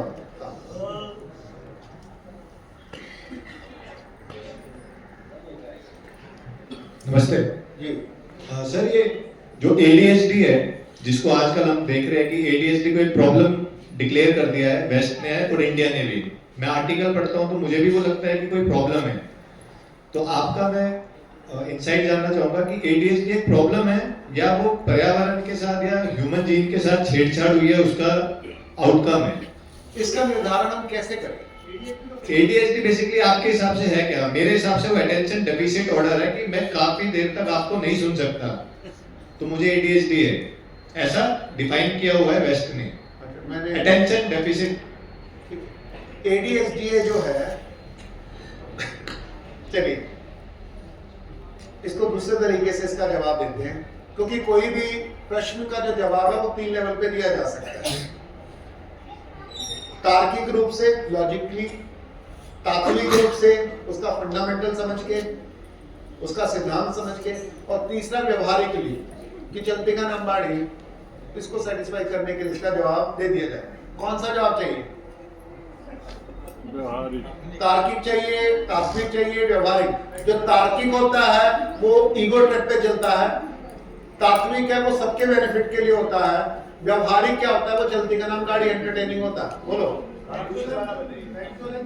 काफी चीज। ओके, आदमी में, इंसान में, ध्यान से सुनिए माताएं, पिता, नेतृत्व, जल्दी ध्यान से सुनिए, क्योंकि प्रश्न एक ही आयाम में नहीं होता, कई आयाम में फैलता है। आहार, निद्रा, भय और मैथुन, ये 4 प्रवृत्तियां हर जीव की कॉमन है, हर एक जीव में ये पाई जाती है। मानव है जिसमें 5वीं प्रवृत्ति भी पाई जाती है। वो क्या है? उस प्रवृत्ति को कहते हैं उसका ध्यान, उसका फोकस, उसकी कॉन्शियसनेस, राइट, उसकी चेतना। वो अपनी चेतना को मन चाहे तरीके से इस्तेमाल कर सकता है, नियंत्रित कर सकता है, राइट। तो उसको हम बोलते हैं ध्यान। तो ध्यान को इस्तेमाल करने के लिए 3 क्रियाएं करता है इंसान। पहला, ध्यान लेना या खींचना। जैसे बच्चा 90% क्या कर रहा होता है? या तो ध्यान खींच रहा होता है या खेल रहा होता है। या सुनो, तो जब उसको भूख लग रही होती है, जब वो जिद कर रहा होता है, जब वो टेंट्रम कर रहा होता है, जब वो मम्मी की चापलूसी कर रहा होता है, मम्मा मम्मा, पापा पापा, जब वो शिकायत कर रहा होता है, वो क्या कर रहा होता है? ध्यान खींच रहा होता है, राइट। अच्छा, और दूसरा होता है ध्यान देना। मम्मी जब उसको पीछे पड़ी रहती है, बेटा ये नहीं, बेटा वो नहीं, बेटा लग जाएगी, बेटा खाना खा ले, बेटा पानी पी ले, बेटा सो जा, राइट, बेटा ऐसा मत कर, बेटा वैसा मत कर, बेटा ये कर ले। वो क्या कर रही है? ध्यान दे रही है। और जब बच्चा अपनी खेल में मस्त है, उसको क्या कहते हैं? ध्यान ना देना। वो ध्यान में रहना, वो मग्न है अपने आप में, वो ध्यान में मग्न है, वो एंजॉय कर रहा है। वो कहीं बाहर, उसका ध्यान इधर नहीं जा रहा, उधर नहीं जा रहा, ना वो खींच रहा है ना वो दे रहा है। वो क्या कर रहा है? ध्यान में जो उसके अंदर चल रहा है, जो उस समय चल रहा है, वो उसके साथ वो संतुष्ट है, मस्त है, मग्न है। उसको बोलते हैं ध्यान में रहना। अब ये मोटी मोटी बात है। अब इस चीज से, परंतु इंसान तो ये तीनों काम करता है। कभी वो लेता है, कभी वो देता है, और कभी वो रहता है। अब ये इंसान को पहचानने का पैमाना है कि वो अपने ध्यान का कैसे इस्तेमाल करता है। क्योंकि मानव के लिए सबसे कीमती वस्तु कौन सी है? शरीर नहीं, शरीर तो जानवरों के पास भी है, और शायद आपसे ज्यादा बेहतर है। हेलो, उनके पास शरीर तो आपसे बेहतर है। एक वस्तु है जो केवल आपके पास है, जो जानवरों के पास नहीं है, वो है ध्यान। और अपने ध्यान को स्वनियंत्रित, स्वनिर्देशित को कर लेना, राइट। और इंसान से भगवान होने की क्रिया की जो सारी यात्रा इसी ध्यान की सीढ़ी पे चलने वाली है, राइट। और एजुकेशन का असर डिग्री के साथ होना चाहिए या ध्यान के साथ होना चाहिए? कि मैं अपनी जो कॉन्शियसनेस है, मैं अपना जो फोकस है, मैं अपनी जो थिंकिंग है, मैं अपनी जो चेतना है, उसको मन चाहे तरीके से जब जहां देना है, जहां से लेना है और जहां पे रहना है, उसको निर्देशित कर सकूं। जो ये कर सके वो सच्चा इंसान, वो मैच्योर इंसान, वो दिव्य इंसान, वो महान इंसान, वो इंसान कहने लायक इंसान। परंतु सभी ऐसे नहीं है। पर सब में क्या होता है कि इसकी कईयों में इसकी किसी एक गुण की ज्यादा अधिकता होती है और दूसरे गुण की कमी होती है। उसको बोलते हैं सिंड्रोम। क्या बोलते हैं? सिंड्रोम। तो उसने कौन सा सिंड्रोम बोला? ADHD। ADHD ध्यान देने का सिंड्रोम है, ध्यान में रहने का सिंड्रोम है, या ध्यान खींचने का सिंड्रोम? हेलो। तो कुछ लोगों में, ठीक है, बच्चे नैसर्गिक रूप से ध्यान खींचने वाले होते हैं, राइट। और वो ये ध्यान खींचने की जो क्षमता है ना, वो फूलों में भी होती है, राइट। और वो बिल्ली में भी होती है, और हर जानवर के बच्चे में होती है। यस और नो? तो बरबस ही अपना ध्यान लेता है, और ध्यान जितना ध्यान उसको मिलता है उतना उसका खाना, पानी, सुविधा, महत्व उसको मिलता है। तो जितना अच्छी तरीके से वो ध्यान खींचेगा उतनी अच्छी तरीके से वो सरवाइव करेगा। और यही फिनोमेनन को हम बोलते हैं पॉलिनेशन। पॉलिनेशन में क्या कर रहा है? पौधे ने अपनी संतति को बढ़ाना है, परंतु वो जा नहीं सकता मीटिंग करने के लिए, तो वो क्या करता है? अपना फूल तुम्हें भेजा है खत में, तो वो क्या करता है? ठीक है, तेरा नन्ना सा कासिद, तो वो क्या कर रहा है? किसी एजेंट के थ्रू अपना प्रेमा विवाह किसी को भेजता है, राइट? उसके लिए डाकिया या कासिद कहते हैं, हम उसको अंग्रेजी में पॉलिनेशन एजेंट कह रहे हैं। परंतु वो क्या कहता है? पॉलिनेशन एजेंट तुम्हारे पास क्यों आएगा? तो आपको उसको बदले में कुछ देना पड़ेगा। तो पौधे क्या देते हैं? पौधे क्या देते हैं? ऑक्सीजन नहीं, पॉलिनेशन एजेंट को क्या देते हैं? पौधे क्या देते हैं? वो पराग देते हैं, वो फूल देते हैं, वो सुगंध देते हैं, वो कलर देते हैं, वो शेप देते हैं, वो विधि तरह के, क्योंकि पॉलिनेशन एजेंट कम है और पौधे बहुत ज्यादा है, तो उसको क्या करना है? ज्यादा से ज्यादा अपनी तरफ करना है। तो उनको आकर्षित करने के लिए जो उनको चाहिए वो उनको देते हैं। तो मधुमक्खियों को क्या चाहिए? पक्षियों को क्या चाहिए? कीड़ों को क्या चाहिए? तो जो उनको चाहिए पौधे उसको दे देते हैं, और बदले में वो अननोइंगली पौधे को वो दे देते हैं जो बदला दे सकते हैं। ये सहसंबंध की ध्यान लेने और ध्यान देने की प्रक्रिया है जो प्रकृति में इतने सुव्यवस्थित तरीके से चलती है। और दुनिया में जितनी भी खूबसूरती है, जितनी भी वैविधता है, ये इसी एक फिनोमेनन से पैदा हुई है। बात समझ में आ रही है? देखने में बड़ी छोटी सी है, परंतु प्रकृति को समझने में बहुत गहरी बात, परंतु इंसान को समझने में बहुत ज्यादा गहरी है। कैसे? कि कुछ लोग शरीर से तो बड़े हो जाते हैं,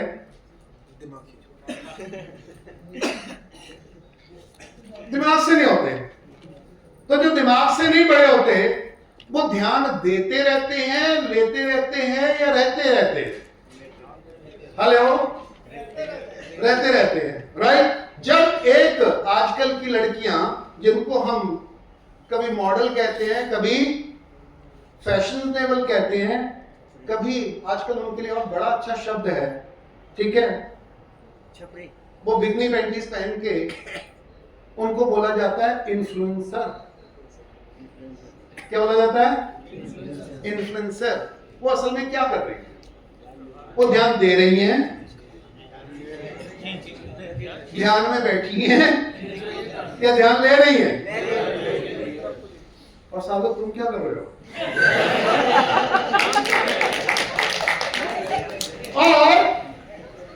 और इसका पॉलिनेशन एजेंट ये है। ये क्या है? ये इंसानी अटेंशन का पॉलिनेशन एजेंट है। यानी कुछ लोग लेने वाले हैं और इतने वाले देने वाले। कितने फराग दिल, कितने तहे दिल, कितने नवाब दिल लोग हैं, राइट? कितने नरम है, कितने सख्त है, कहीं तो नरम नरम, कहीं तो सख्त सख्त। सर जी एक और लेटर आया। और सुंदरता की परिभाषा हो गई है कि अपना स्किन दिखाओ, और अब परिभाषा इतनी बदल गई है सोशल मीडिया में और एआई में कि आप दिखाना चाहते हो कि नहीं, आप कुछ भी बना सकते हो और आप कुछ भी देखते हो, और उसका असली होना, वास्तविक होना जरूरी नहीं है। फिर भी आपका जो ध्यान है खींचने के लिए कल्पनाएं बनाई जा सकती हैं, कल्पनाएं गढ़ी जा सकती हैं, और इसलिए इंसान का जो ध्यान है अब वो वास्तविक से निकल के, रियलिटी से निकल के कहां जाके फंस गया है? कल्पनाओं में, और उसको फंसाया जा रहा है। अब एक और बड़ा प्रश्न है उसका कि बच्चों की नैसर्गिक एबिलिटी होती है ध्यान लेना, माता पिता का नैसर्गिक गुण होता है ध्यान देना, और संत का नैसर्गिक गुण होता है ध्यान में रहना। और जनता सरकार मोर्चे का जो मूल सत्र है वो क्या सिखाता है? ध्यान में रहना। कितनों ने सीखा ध्यान में रहना, और कितनों को स्वाद आ गया, और कितनों को विश्वास हो गया कि हमको भी आके रहेगा, और कितनों की कमिटमेंट है कि हम भी लेके रहेंगे। पर उसके लिए नियम ये है कि जितने भूखे होंगे उतना कम लगेगा। उसका नियम है, ये कली जब तक फूल बनकर खिले इंतजार करते रहो। ओके, एक मिनट। मैं विषय बहुत मुश्किल से बिल्ड करता हूं, अभी पूरा नहीं हुआ, क्योंकि अल्टीमेट क्या बात तो मुझे कहनी है।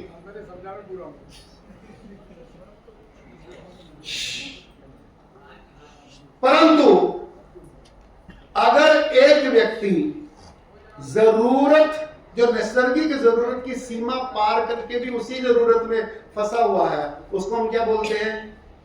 बीमार, इमेच्योर, अबोध, राइट? नहीं, उसको कहते हैं महान नेता। अब मैं कुछ 100 लोगों का नाम दूंगा जो उम्र में तो बड़े हो गए, परंतु उनका जो धंधा है, उनका जो जीवन है, वो फंसा हुआ है ध्यान देने में नहीं।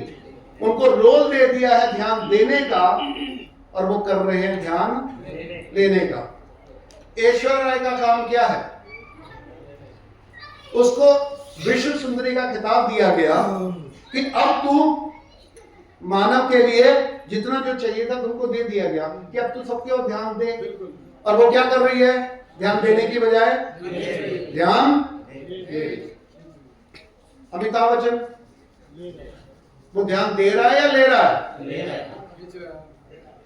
उसको इस सदी का महानतम नायक बोल दिया गया, और उसकी ले दे की औकात ये है कि 82 साल की उम्र में तो वो ध्यान ले रहा है। और अभी एक साहिब गुजर गए, वो भी यही कर रहे हैं। कपिल शर्मा के 100 में, मतलब 89 की उम्र में आके भी वो चुटकुली सुना रहे हैं।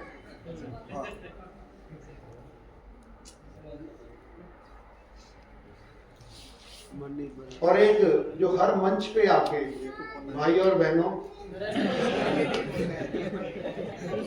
तो वो जो कर रहे हैं, उनको नेता चुना गया है, उसको पंतप्रधान चुना गया है, उनको भारत का प्रधान सेवक बनाया गया है, ध्यान देने के लिए या ध्यान लेने के लिए। और उन्होंने आज तक किया क्या है? यही आपका सौभाग्य है।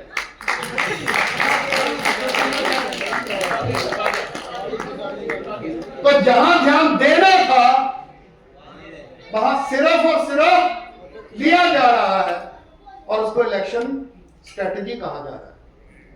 उसको मास्टर स्ट्रोक किया जा रहा है। मीडिया भी आपका, ध्यान भी आपका, वोट भी आपकी, टाइम भी आपका, मनी भी आपकी, ताकत भी आपकी, फिर भी डर रहा है। That is called ADHD, right? और ADHD बच्चों तक सीमित नहीं है। और जितने भी इस देश में ज्यादातर महान लोग हुए हैं, वो ADHD ग्रसित है। दुर्भाग्य की बात है। और इस देश में ऐसे भी महान लोग थे जो ADHD से ग्रसित नहीं थे। उनका गुण था कि छोटी से छोटी समस्या पर भी उन्होंने ध्यान दिया। जहां लोग आजादी के, झूठी आजादी के नाम पे जश्न लगा रहे थे, जहां 30 लाख लोग कट के मर रहे थे, वो उसका जश्न मना रहे थे दोनों तरफ। और वो एक बुढ़ा आदमी दंगे रोकने के लिए गांव-गांव, शहर भूख हड़ताल कर रहा था। ये ध्यान दे रहा था, ले रहा था, या रह रहा था? इसीलिए इसको बापू कहते हैं।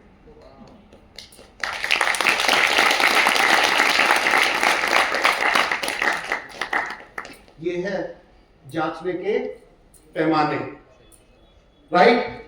व्हाट्सएप यूनिवर्सिटी आपका पैमाना नहीं हो रही, क्योंकि व्हाट्सएप यूनिवर्सिटी में मैसेज ध्यान देने के लिए लिखे जाते हैं, लेने के लिए लिखे जाते हैं, या रहने के लिए रहना सिखाते हैं आपको। वो आपके ध्यान को भटकाने के लिए और अपनी तरफ खींचने के लिए। और जो सारे के सारे बैठ के व्हाट्सएप खेल रहे हो, सोशल मीडिया खेल रहे हो, यूट्यूब खेल रहे हो, वीडियो खेल रहे हो, ध्यान दे रहे हो, ले रहे हो?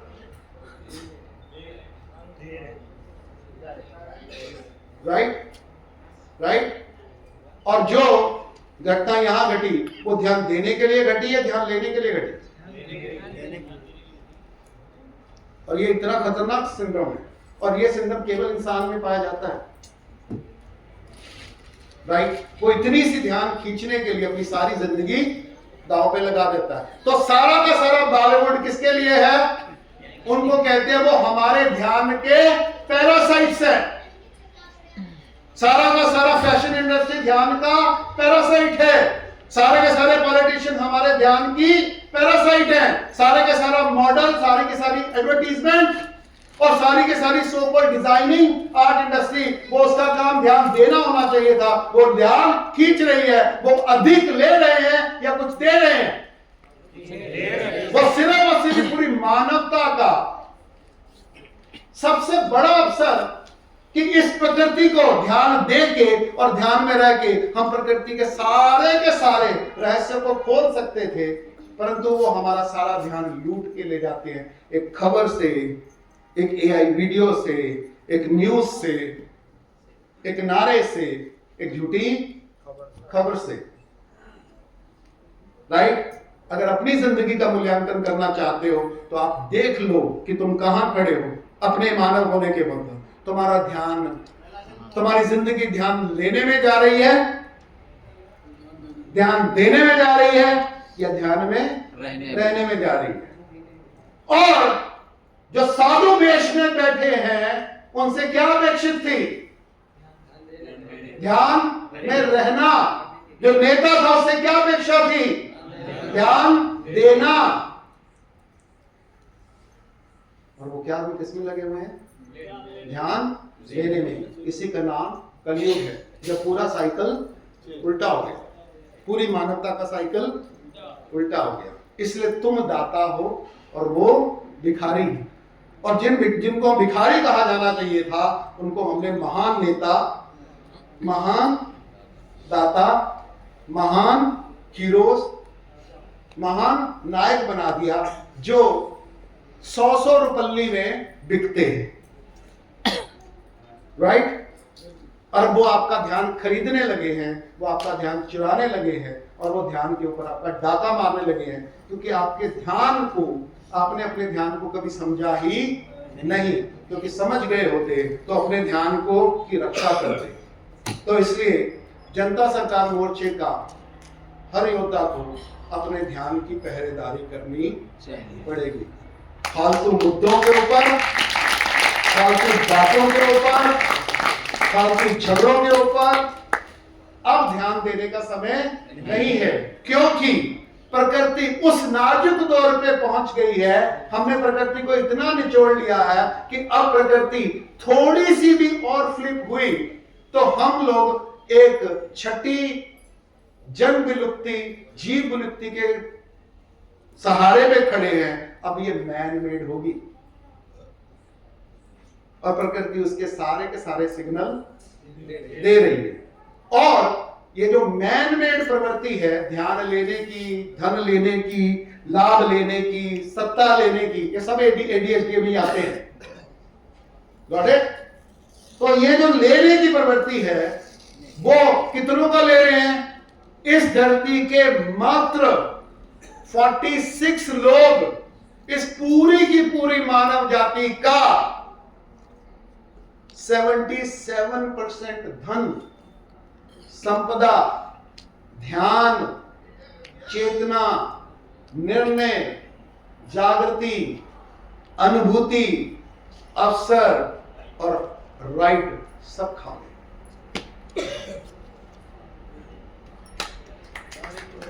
और वो लोग महान हैं या शूद्र हैं? राइट। राइट। तो यही सबसे, इसको कलयुग कहते हैं, जब सब उल्टा पुल्टा नजर आता है। ओके? ओ भाई, Thank you very much for asking this question. देखिए, ये जो सत्र चल रहा है इसके कंटेंट को समझिए। संजीव जी, आप जो है सामने बैठे हो, जनता सरकार मोर्चे का प्रत्येक कार्यकर्ता, जिन लोगों को हमारा ध्यान रखना चाहिए था, हम पर ध्यान देना चाहिए था, और वो उल्टा हमारा ध्यान ले रहे हैं, तो हमको समाज में जाकर के ऐसे लोगों की क्लास हमको लेनी है। इसलिए आपको प्रश्नों के माध्यम से खोलने का प्रयास है, और आप ये जो लिख करके दे रहे हो प्रश्न, ये ध्येय नहीं है इसका। आपको प्रश्न पूछना है, आप नोट अपनी पहले लिख सकते हैं अपनी डायरी में, लेकिन वो माइक से ही आप प्रश्न पूछें ताकि आप अंदर से खुलें, और समाज में जाकर के बोलना जो है, माइक हाथ में ले और बोले, लोगों के सवाल जवाब आएंगे, ये ध्येय है उनका। वो समझ गया, आगे पूछने को।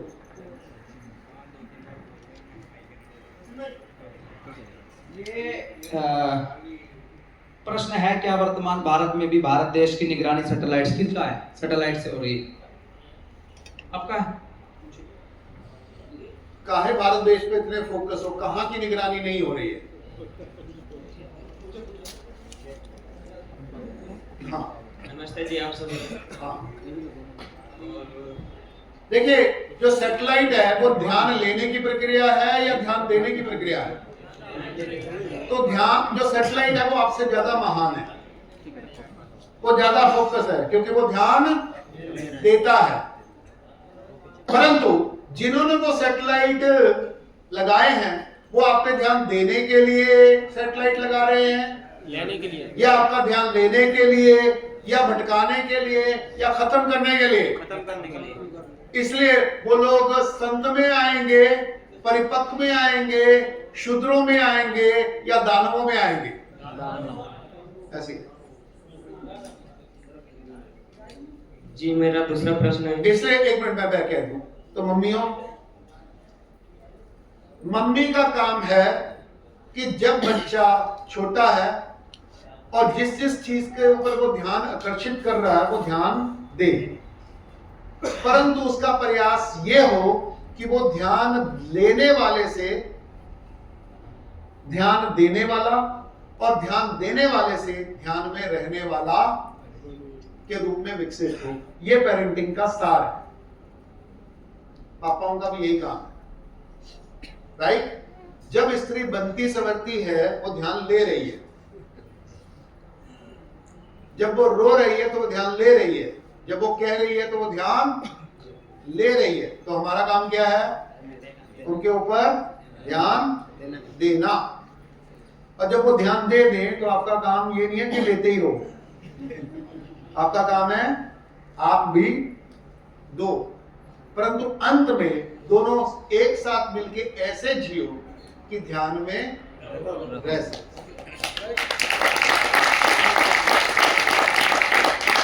ये मात्र और मात्र भारत की सनातन संस्कृति का उद्देश्य है कि ऐसा जीवन हो, ऐसा परिवार हो, ऐसी समाज व्यवस्था हो, ऐसी प्रकृति व्यवस्था हो कि हर मानव अपने पूर्ण ध्यान को, पूर्ण अनुभूति को, पूर्ण क्षमता को उपलब्ध हो सके और एक दूसरे के हम सहायक हो सके। राइट? तो ध्यान लीजिए, बिल्कुल लीजिए, ध्यान दीजिए, बिल्कुल दीजिए, पर लेन देन में मत फंसे रहिए। अपना जो असली खजाना है वो अपने पास भी रखिए, अपना ध्यान अपने पास भी रखिए। और जनता सरकार मोर्चे में, क्योंकि हम इतने बड़े विषयों में, दुनिया का क्या कोई ऐसा मंच है जो इतने विषयों के ऊपर एक साथ चिंतन, मंथन और संवाद करता हो? उसमें पॉजिटिव भी है और नेगेटिव भी है। तो हम अपना संतुलन बना सकें, इसलिए जितना हमें बाहर जाना है उतना अंदर भी डुबकी लगानी, तभी यह संतुलन पॉसिबल है, नहीं तो नहीं। इसलिए हमारा सबसे महत्वपूर्ण सेशन सुबह का है। यस जी, दूसरा क्वेश्चन है मेरा। हाँ, कौन है? समुद्र एवं पृथ्वी के जो आंतरिक भागों में इंटरनेट और जो केबलों से जो वायर डाले गए, उसके वर्तमान में क्या प्रभाव प्रकृति पर पड़ रहे हैं? और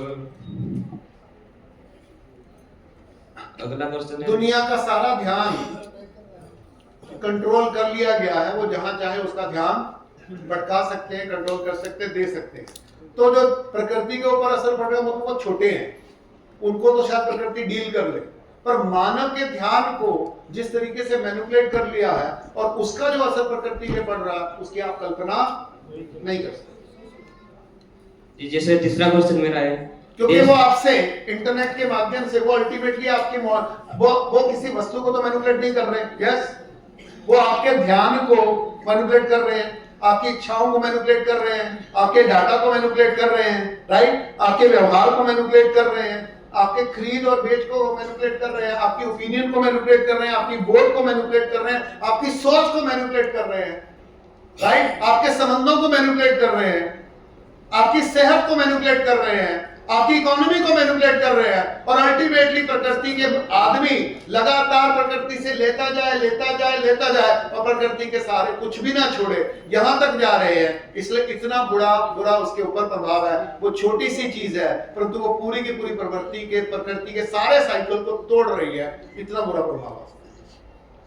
जी मेरा तीसरा क्वेश्चन है, जैसे देश के उद्योगपति एवं नेता और एक्टर लोग वो भी इंसान है, उन्हें भी पृथ्वी पे रहना है, पर अभी पृथ्वी की और पूरा साइकिल चक्र भी कर चुकी है। ओके, आपदा और युद्ध में क्या अंतर है? मैं गॉट इट। कहाँ जाके अपना फ्यूचर, अपने बच्चे को कहाँ रखेंगे? बहुत अच्छा सवाल है कि वो भी तो इंसान है, जो षड्यंत्र कर रहे हैं, जो दंगे फैला रहे हैं, जो युद्ध कर रहे हैं, जो लोगों को मार रहे हैं, जो वैक्सीन बना रहे हैं, जो डीपॉपुलेशन कर रहे हैं, जो लोगों को लूट रहे हैं, जो लोगों को गुलाम कर रहे हैं, वो भी तो इंसान है। क्या उनकी भी इंसानियत नहीं है? जो बीमारियां फैला रहे हैं, जो डीएनए चेंज कर रहे हैं, राइट, ठीक है, जो कंट्रोल कर रहे हैं, जो हर चीज को दूषित कर रहे हैं, हर चीज में जहर डाल रहे हैं, वो भी तो इंसान है। वो कहां जाके जिएंगे? वो अगले प्लेनेट पे जाके जिएंगे? नहीं। आप समझो, दो चीजें होती है, एक होती है युद्ध, एक होती है आपदा, और एक होती है विनाश। क्योंकि जिसको आप विनाश की तरह देख रहे हो वो लोग उसको युद्ध की तरह देख रहे हो। युद्ध का मतलब क्या होता है कि सीमाओं पे युद्ध होता है पर राजधानियों में बल्ले बल्ले होती है, क्योंकि वो समझते हैं हम इससे डायरेक्टली, वो किसानों के बच्चे मर रहे हैं, मजदूरों के बच्चे मर रहे हैं, हमारे बच्चे तो विदेशों में जाके, चाइना में जाके व्यापार करके, नौकरियां करके, ठीक है, अपना ध्यान, अपनी क्षमता, अपना पोटेंशियल, अपनी जवानी बेच बेच के डॉलर कमा रहे हैं। तो हमारे लिए वो तो धंधा है, यस नो, राइट नो, क्योंकि वो क्या करते हैं कि इससे उनका नुकसान होगा, हमारा नुकसान नहीं होगा। तो इसलिए कमाने और नुकसान दोनों अलग अलग जगह पे हो रहे हैं, दोनों एक साथ नहीं होते। इसलिए हम हो रहा विनाश है परंतु हम उसको व्यापार की तरह, युद्ध की तरह, मॉडल की तरह, आपदा की तरह देखते हैं, और देखते हैं कि दुनिया में जो आपदाएं हैं वो सबसे बड़ा बिजनेस मॉडल है।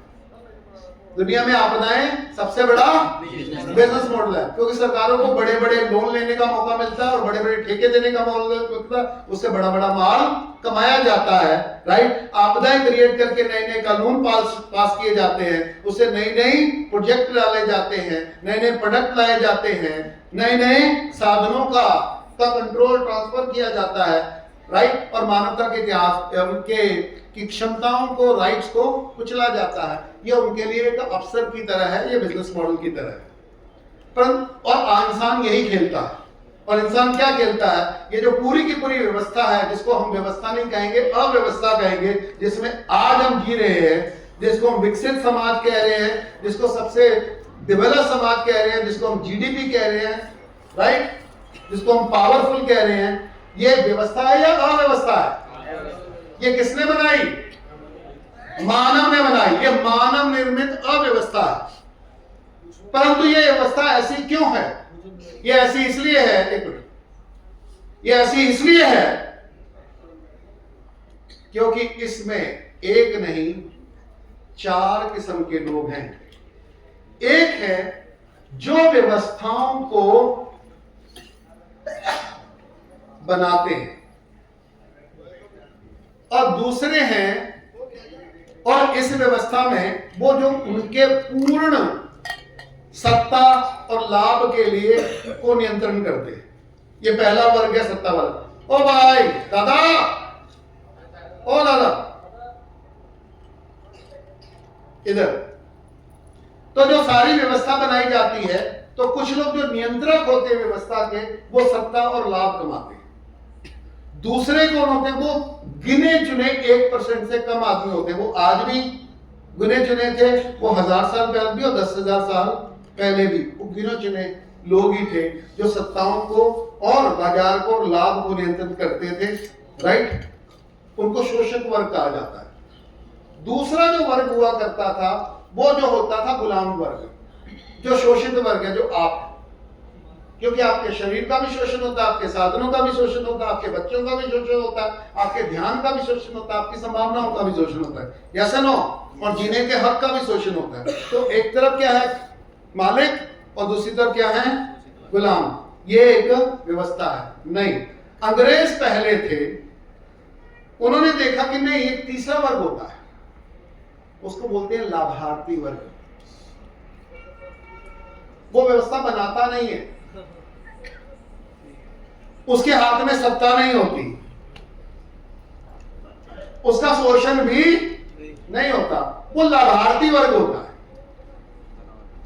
राइट? क्योंकि जैसे जब आप पार्टी करते हो तो कुछ छूट जाता है ना, वो उसकी मलाई चाट लेते हैं, कुछ लोग उसके जूठन बचा हुआ चाट लेते हैं। वो कौन होते हैं? पैरासाइट, लाभार्थी उसको बोलते हैं। अब आपको शोषक कौन है वो तो पता है। राजा शोषक हुआ करते थे, धर्मगुरु शोषक या वो हुआ करते थे। मैं सच्चे गुरुओं की बात नहीं कर रहा, ध्यान में रहने वालों को नहीं कर रहा, ध्यान खींचने वालों की बात कर रहा हूं। राइट? तो वो शोषक हुआ करते थे, और जिनका ध्यान खींचा जाता था, जीवन खींचा जाता था, वो शोषित वर्ग था। ये जो बीच का वर्ग है, जिसको लाभार्थी वर्ग कहते हैं, ये कौन है? मैं नाम लेता हूं, ध्यान से सुनना। ये शिक्षक कौन है? ये वकील कौन है? ये जज कौन है? ये आईएएस कौन है? ये आईपीएस कौन है? ये चार्टर्ड अकाउंटेंट कौन है? ये बैंकर कौन है? ये अकाउंटेंट कौन है?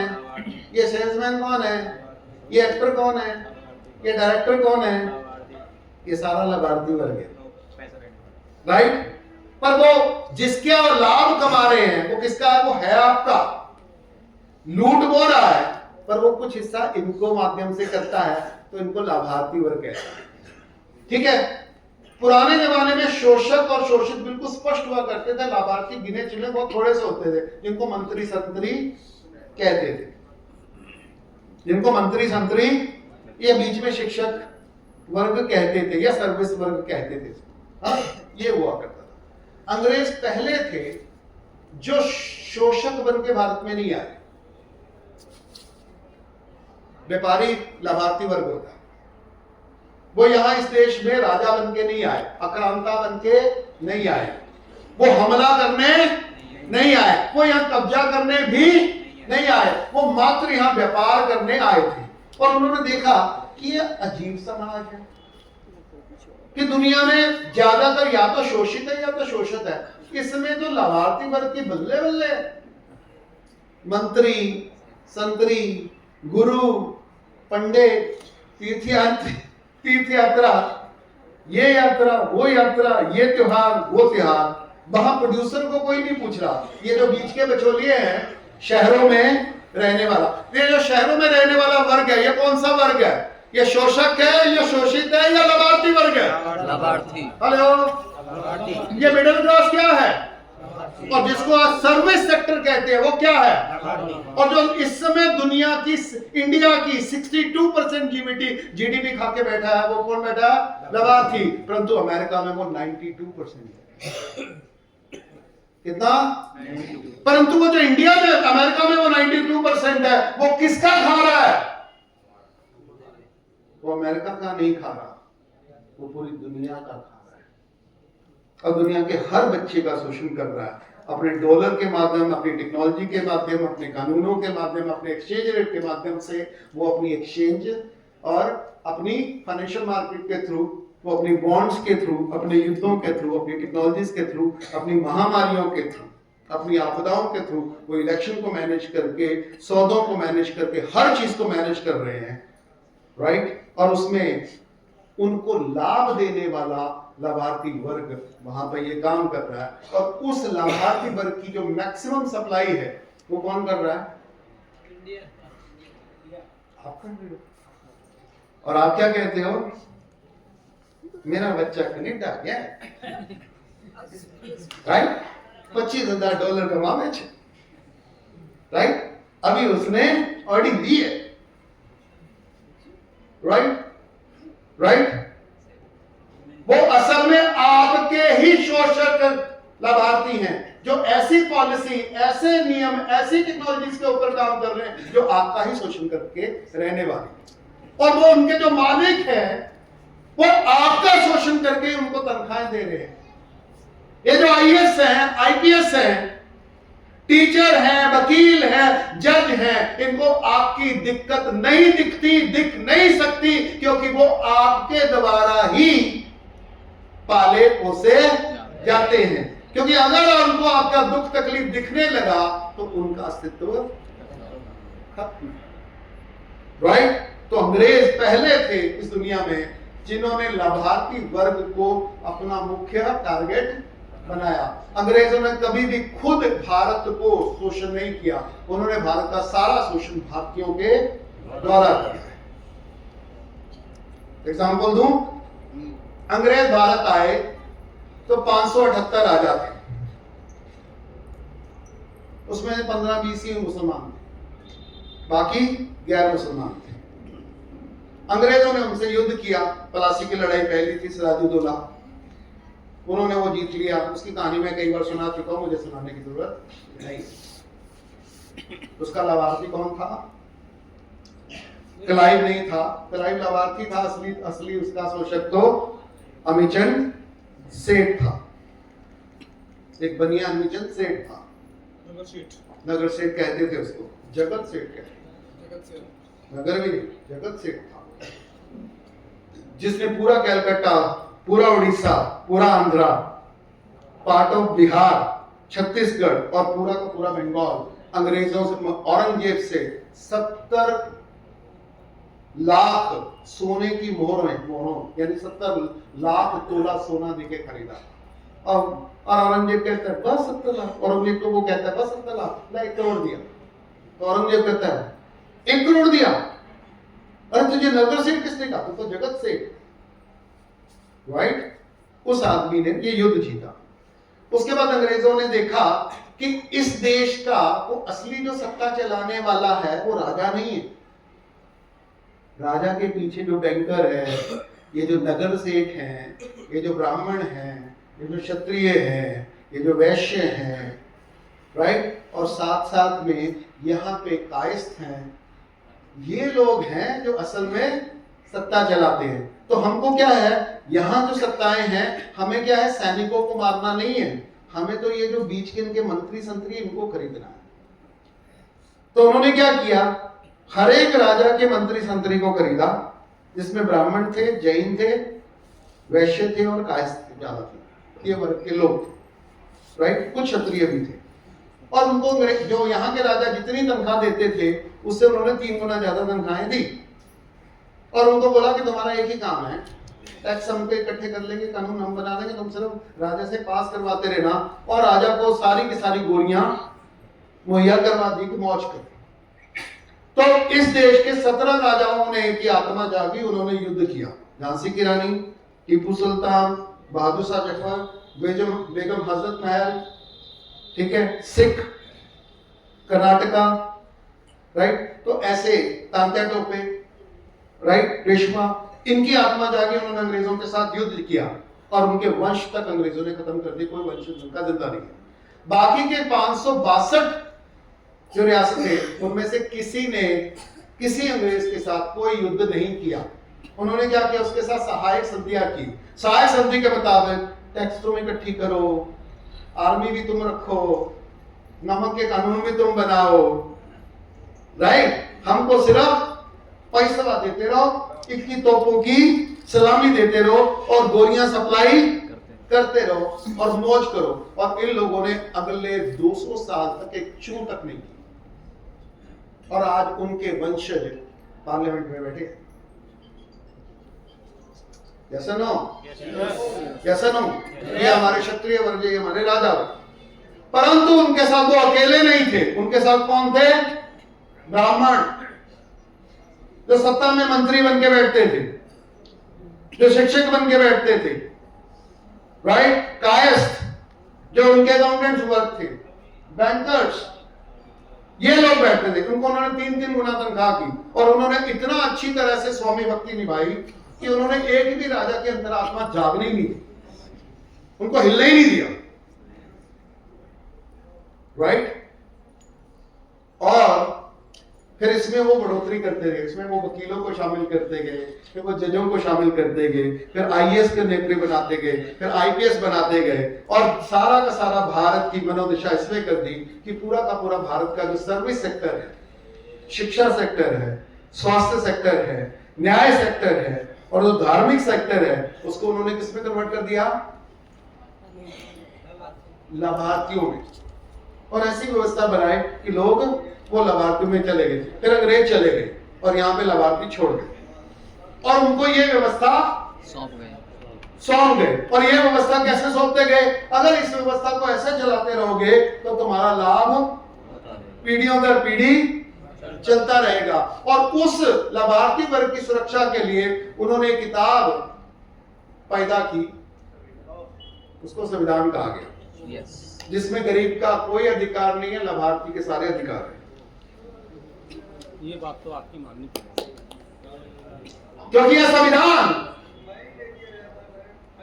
140 करोड़ या 150 करोड़ भारतीयों के लिए नहीं है, ये केवल और केवल मध्य वर्ग के कुछ लाभार्थियों के लिए लिखा गया है, जो आज भी अपने शोषकों की वैसी पूजा करते हैं, चाहे वो यहां बैठे हैं या चाहे वो वहां बैठे हैं, वो बदस्तूर अपनी पूजा करते हैं। उसके कुछ रिप्रेजेंटेटिव को इधर उधर चमका के राजनीति की जाती है, कभी उसको नेहरू बोल दिया जाता है, कभी उसको सावरकर बोल दिया जाता है, कभी उसको पटेल बोल दिया जाता है, कभी उसको कुछ बोल दिया जाता है, कभी उसको कुछ बोल दिया जाता है। फैक्ट ये है, उसमें सारे शामिल हैं,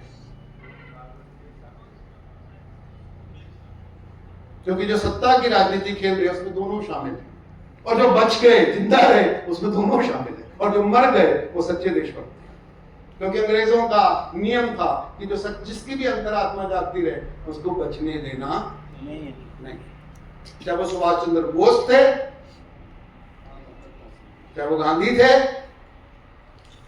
जिनकी अंतरात्मा के जागने की संभावना नहीं थी, उनकी 2-2, 3-3, 4-4, 5-5 पीढ़ियां लाभार्थी बन के आज भी आपका शासन कर रही हैं और वो अपने मालिकों का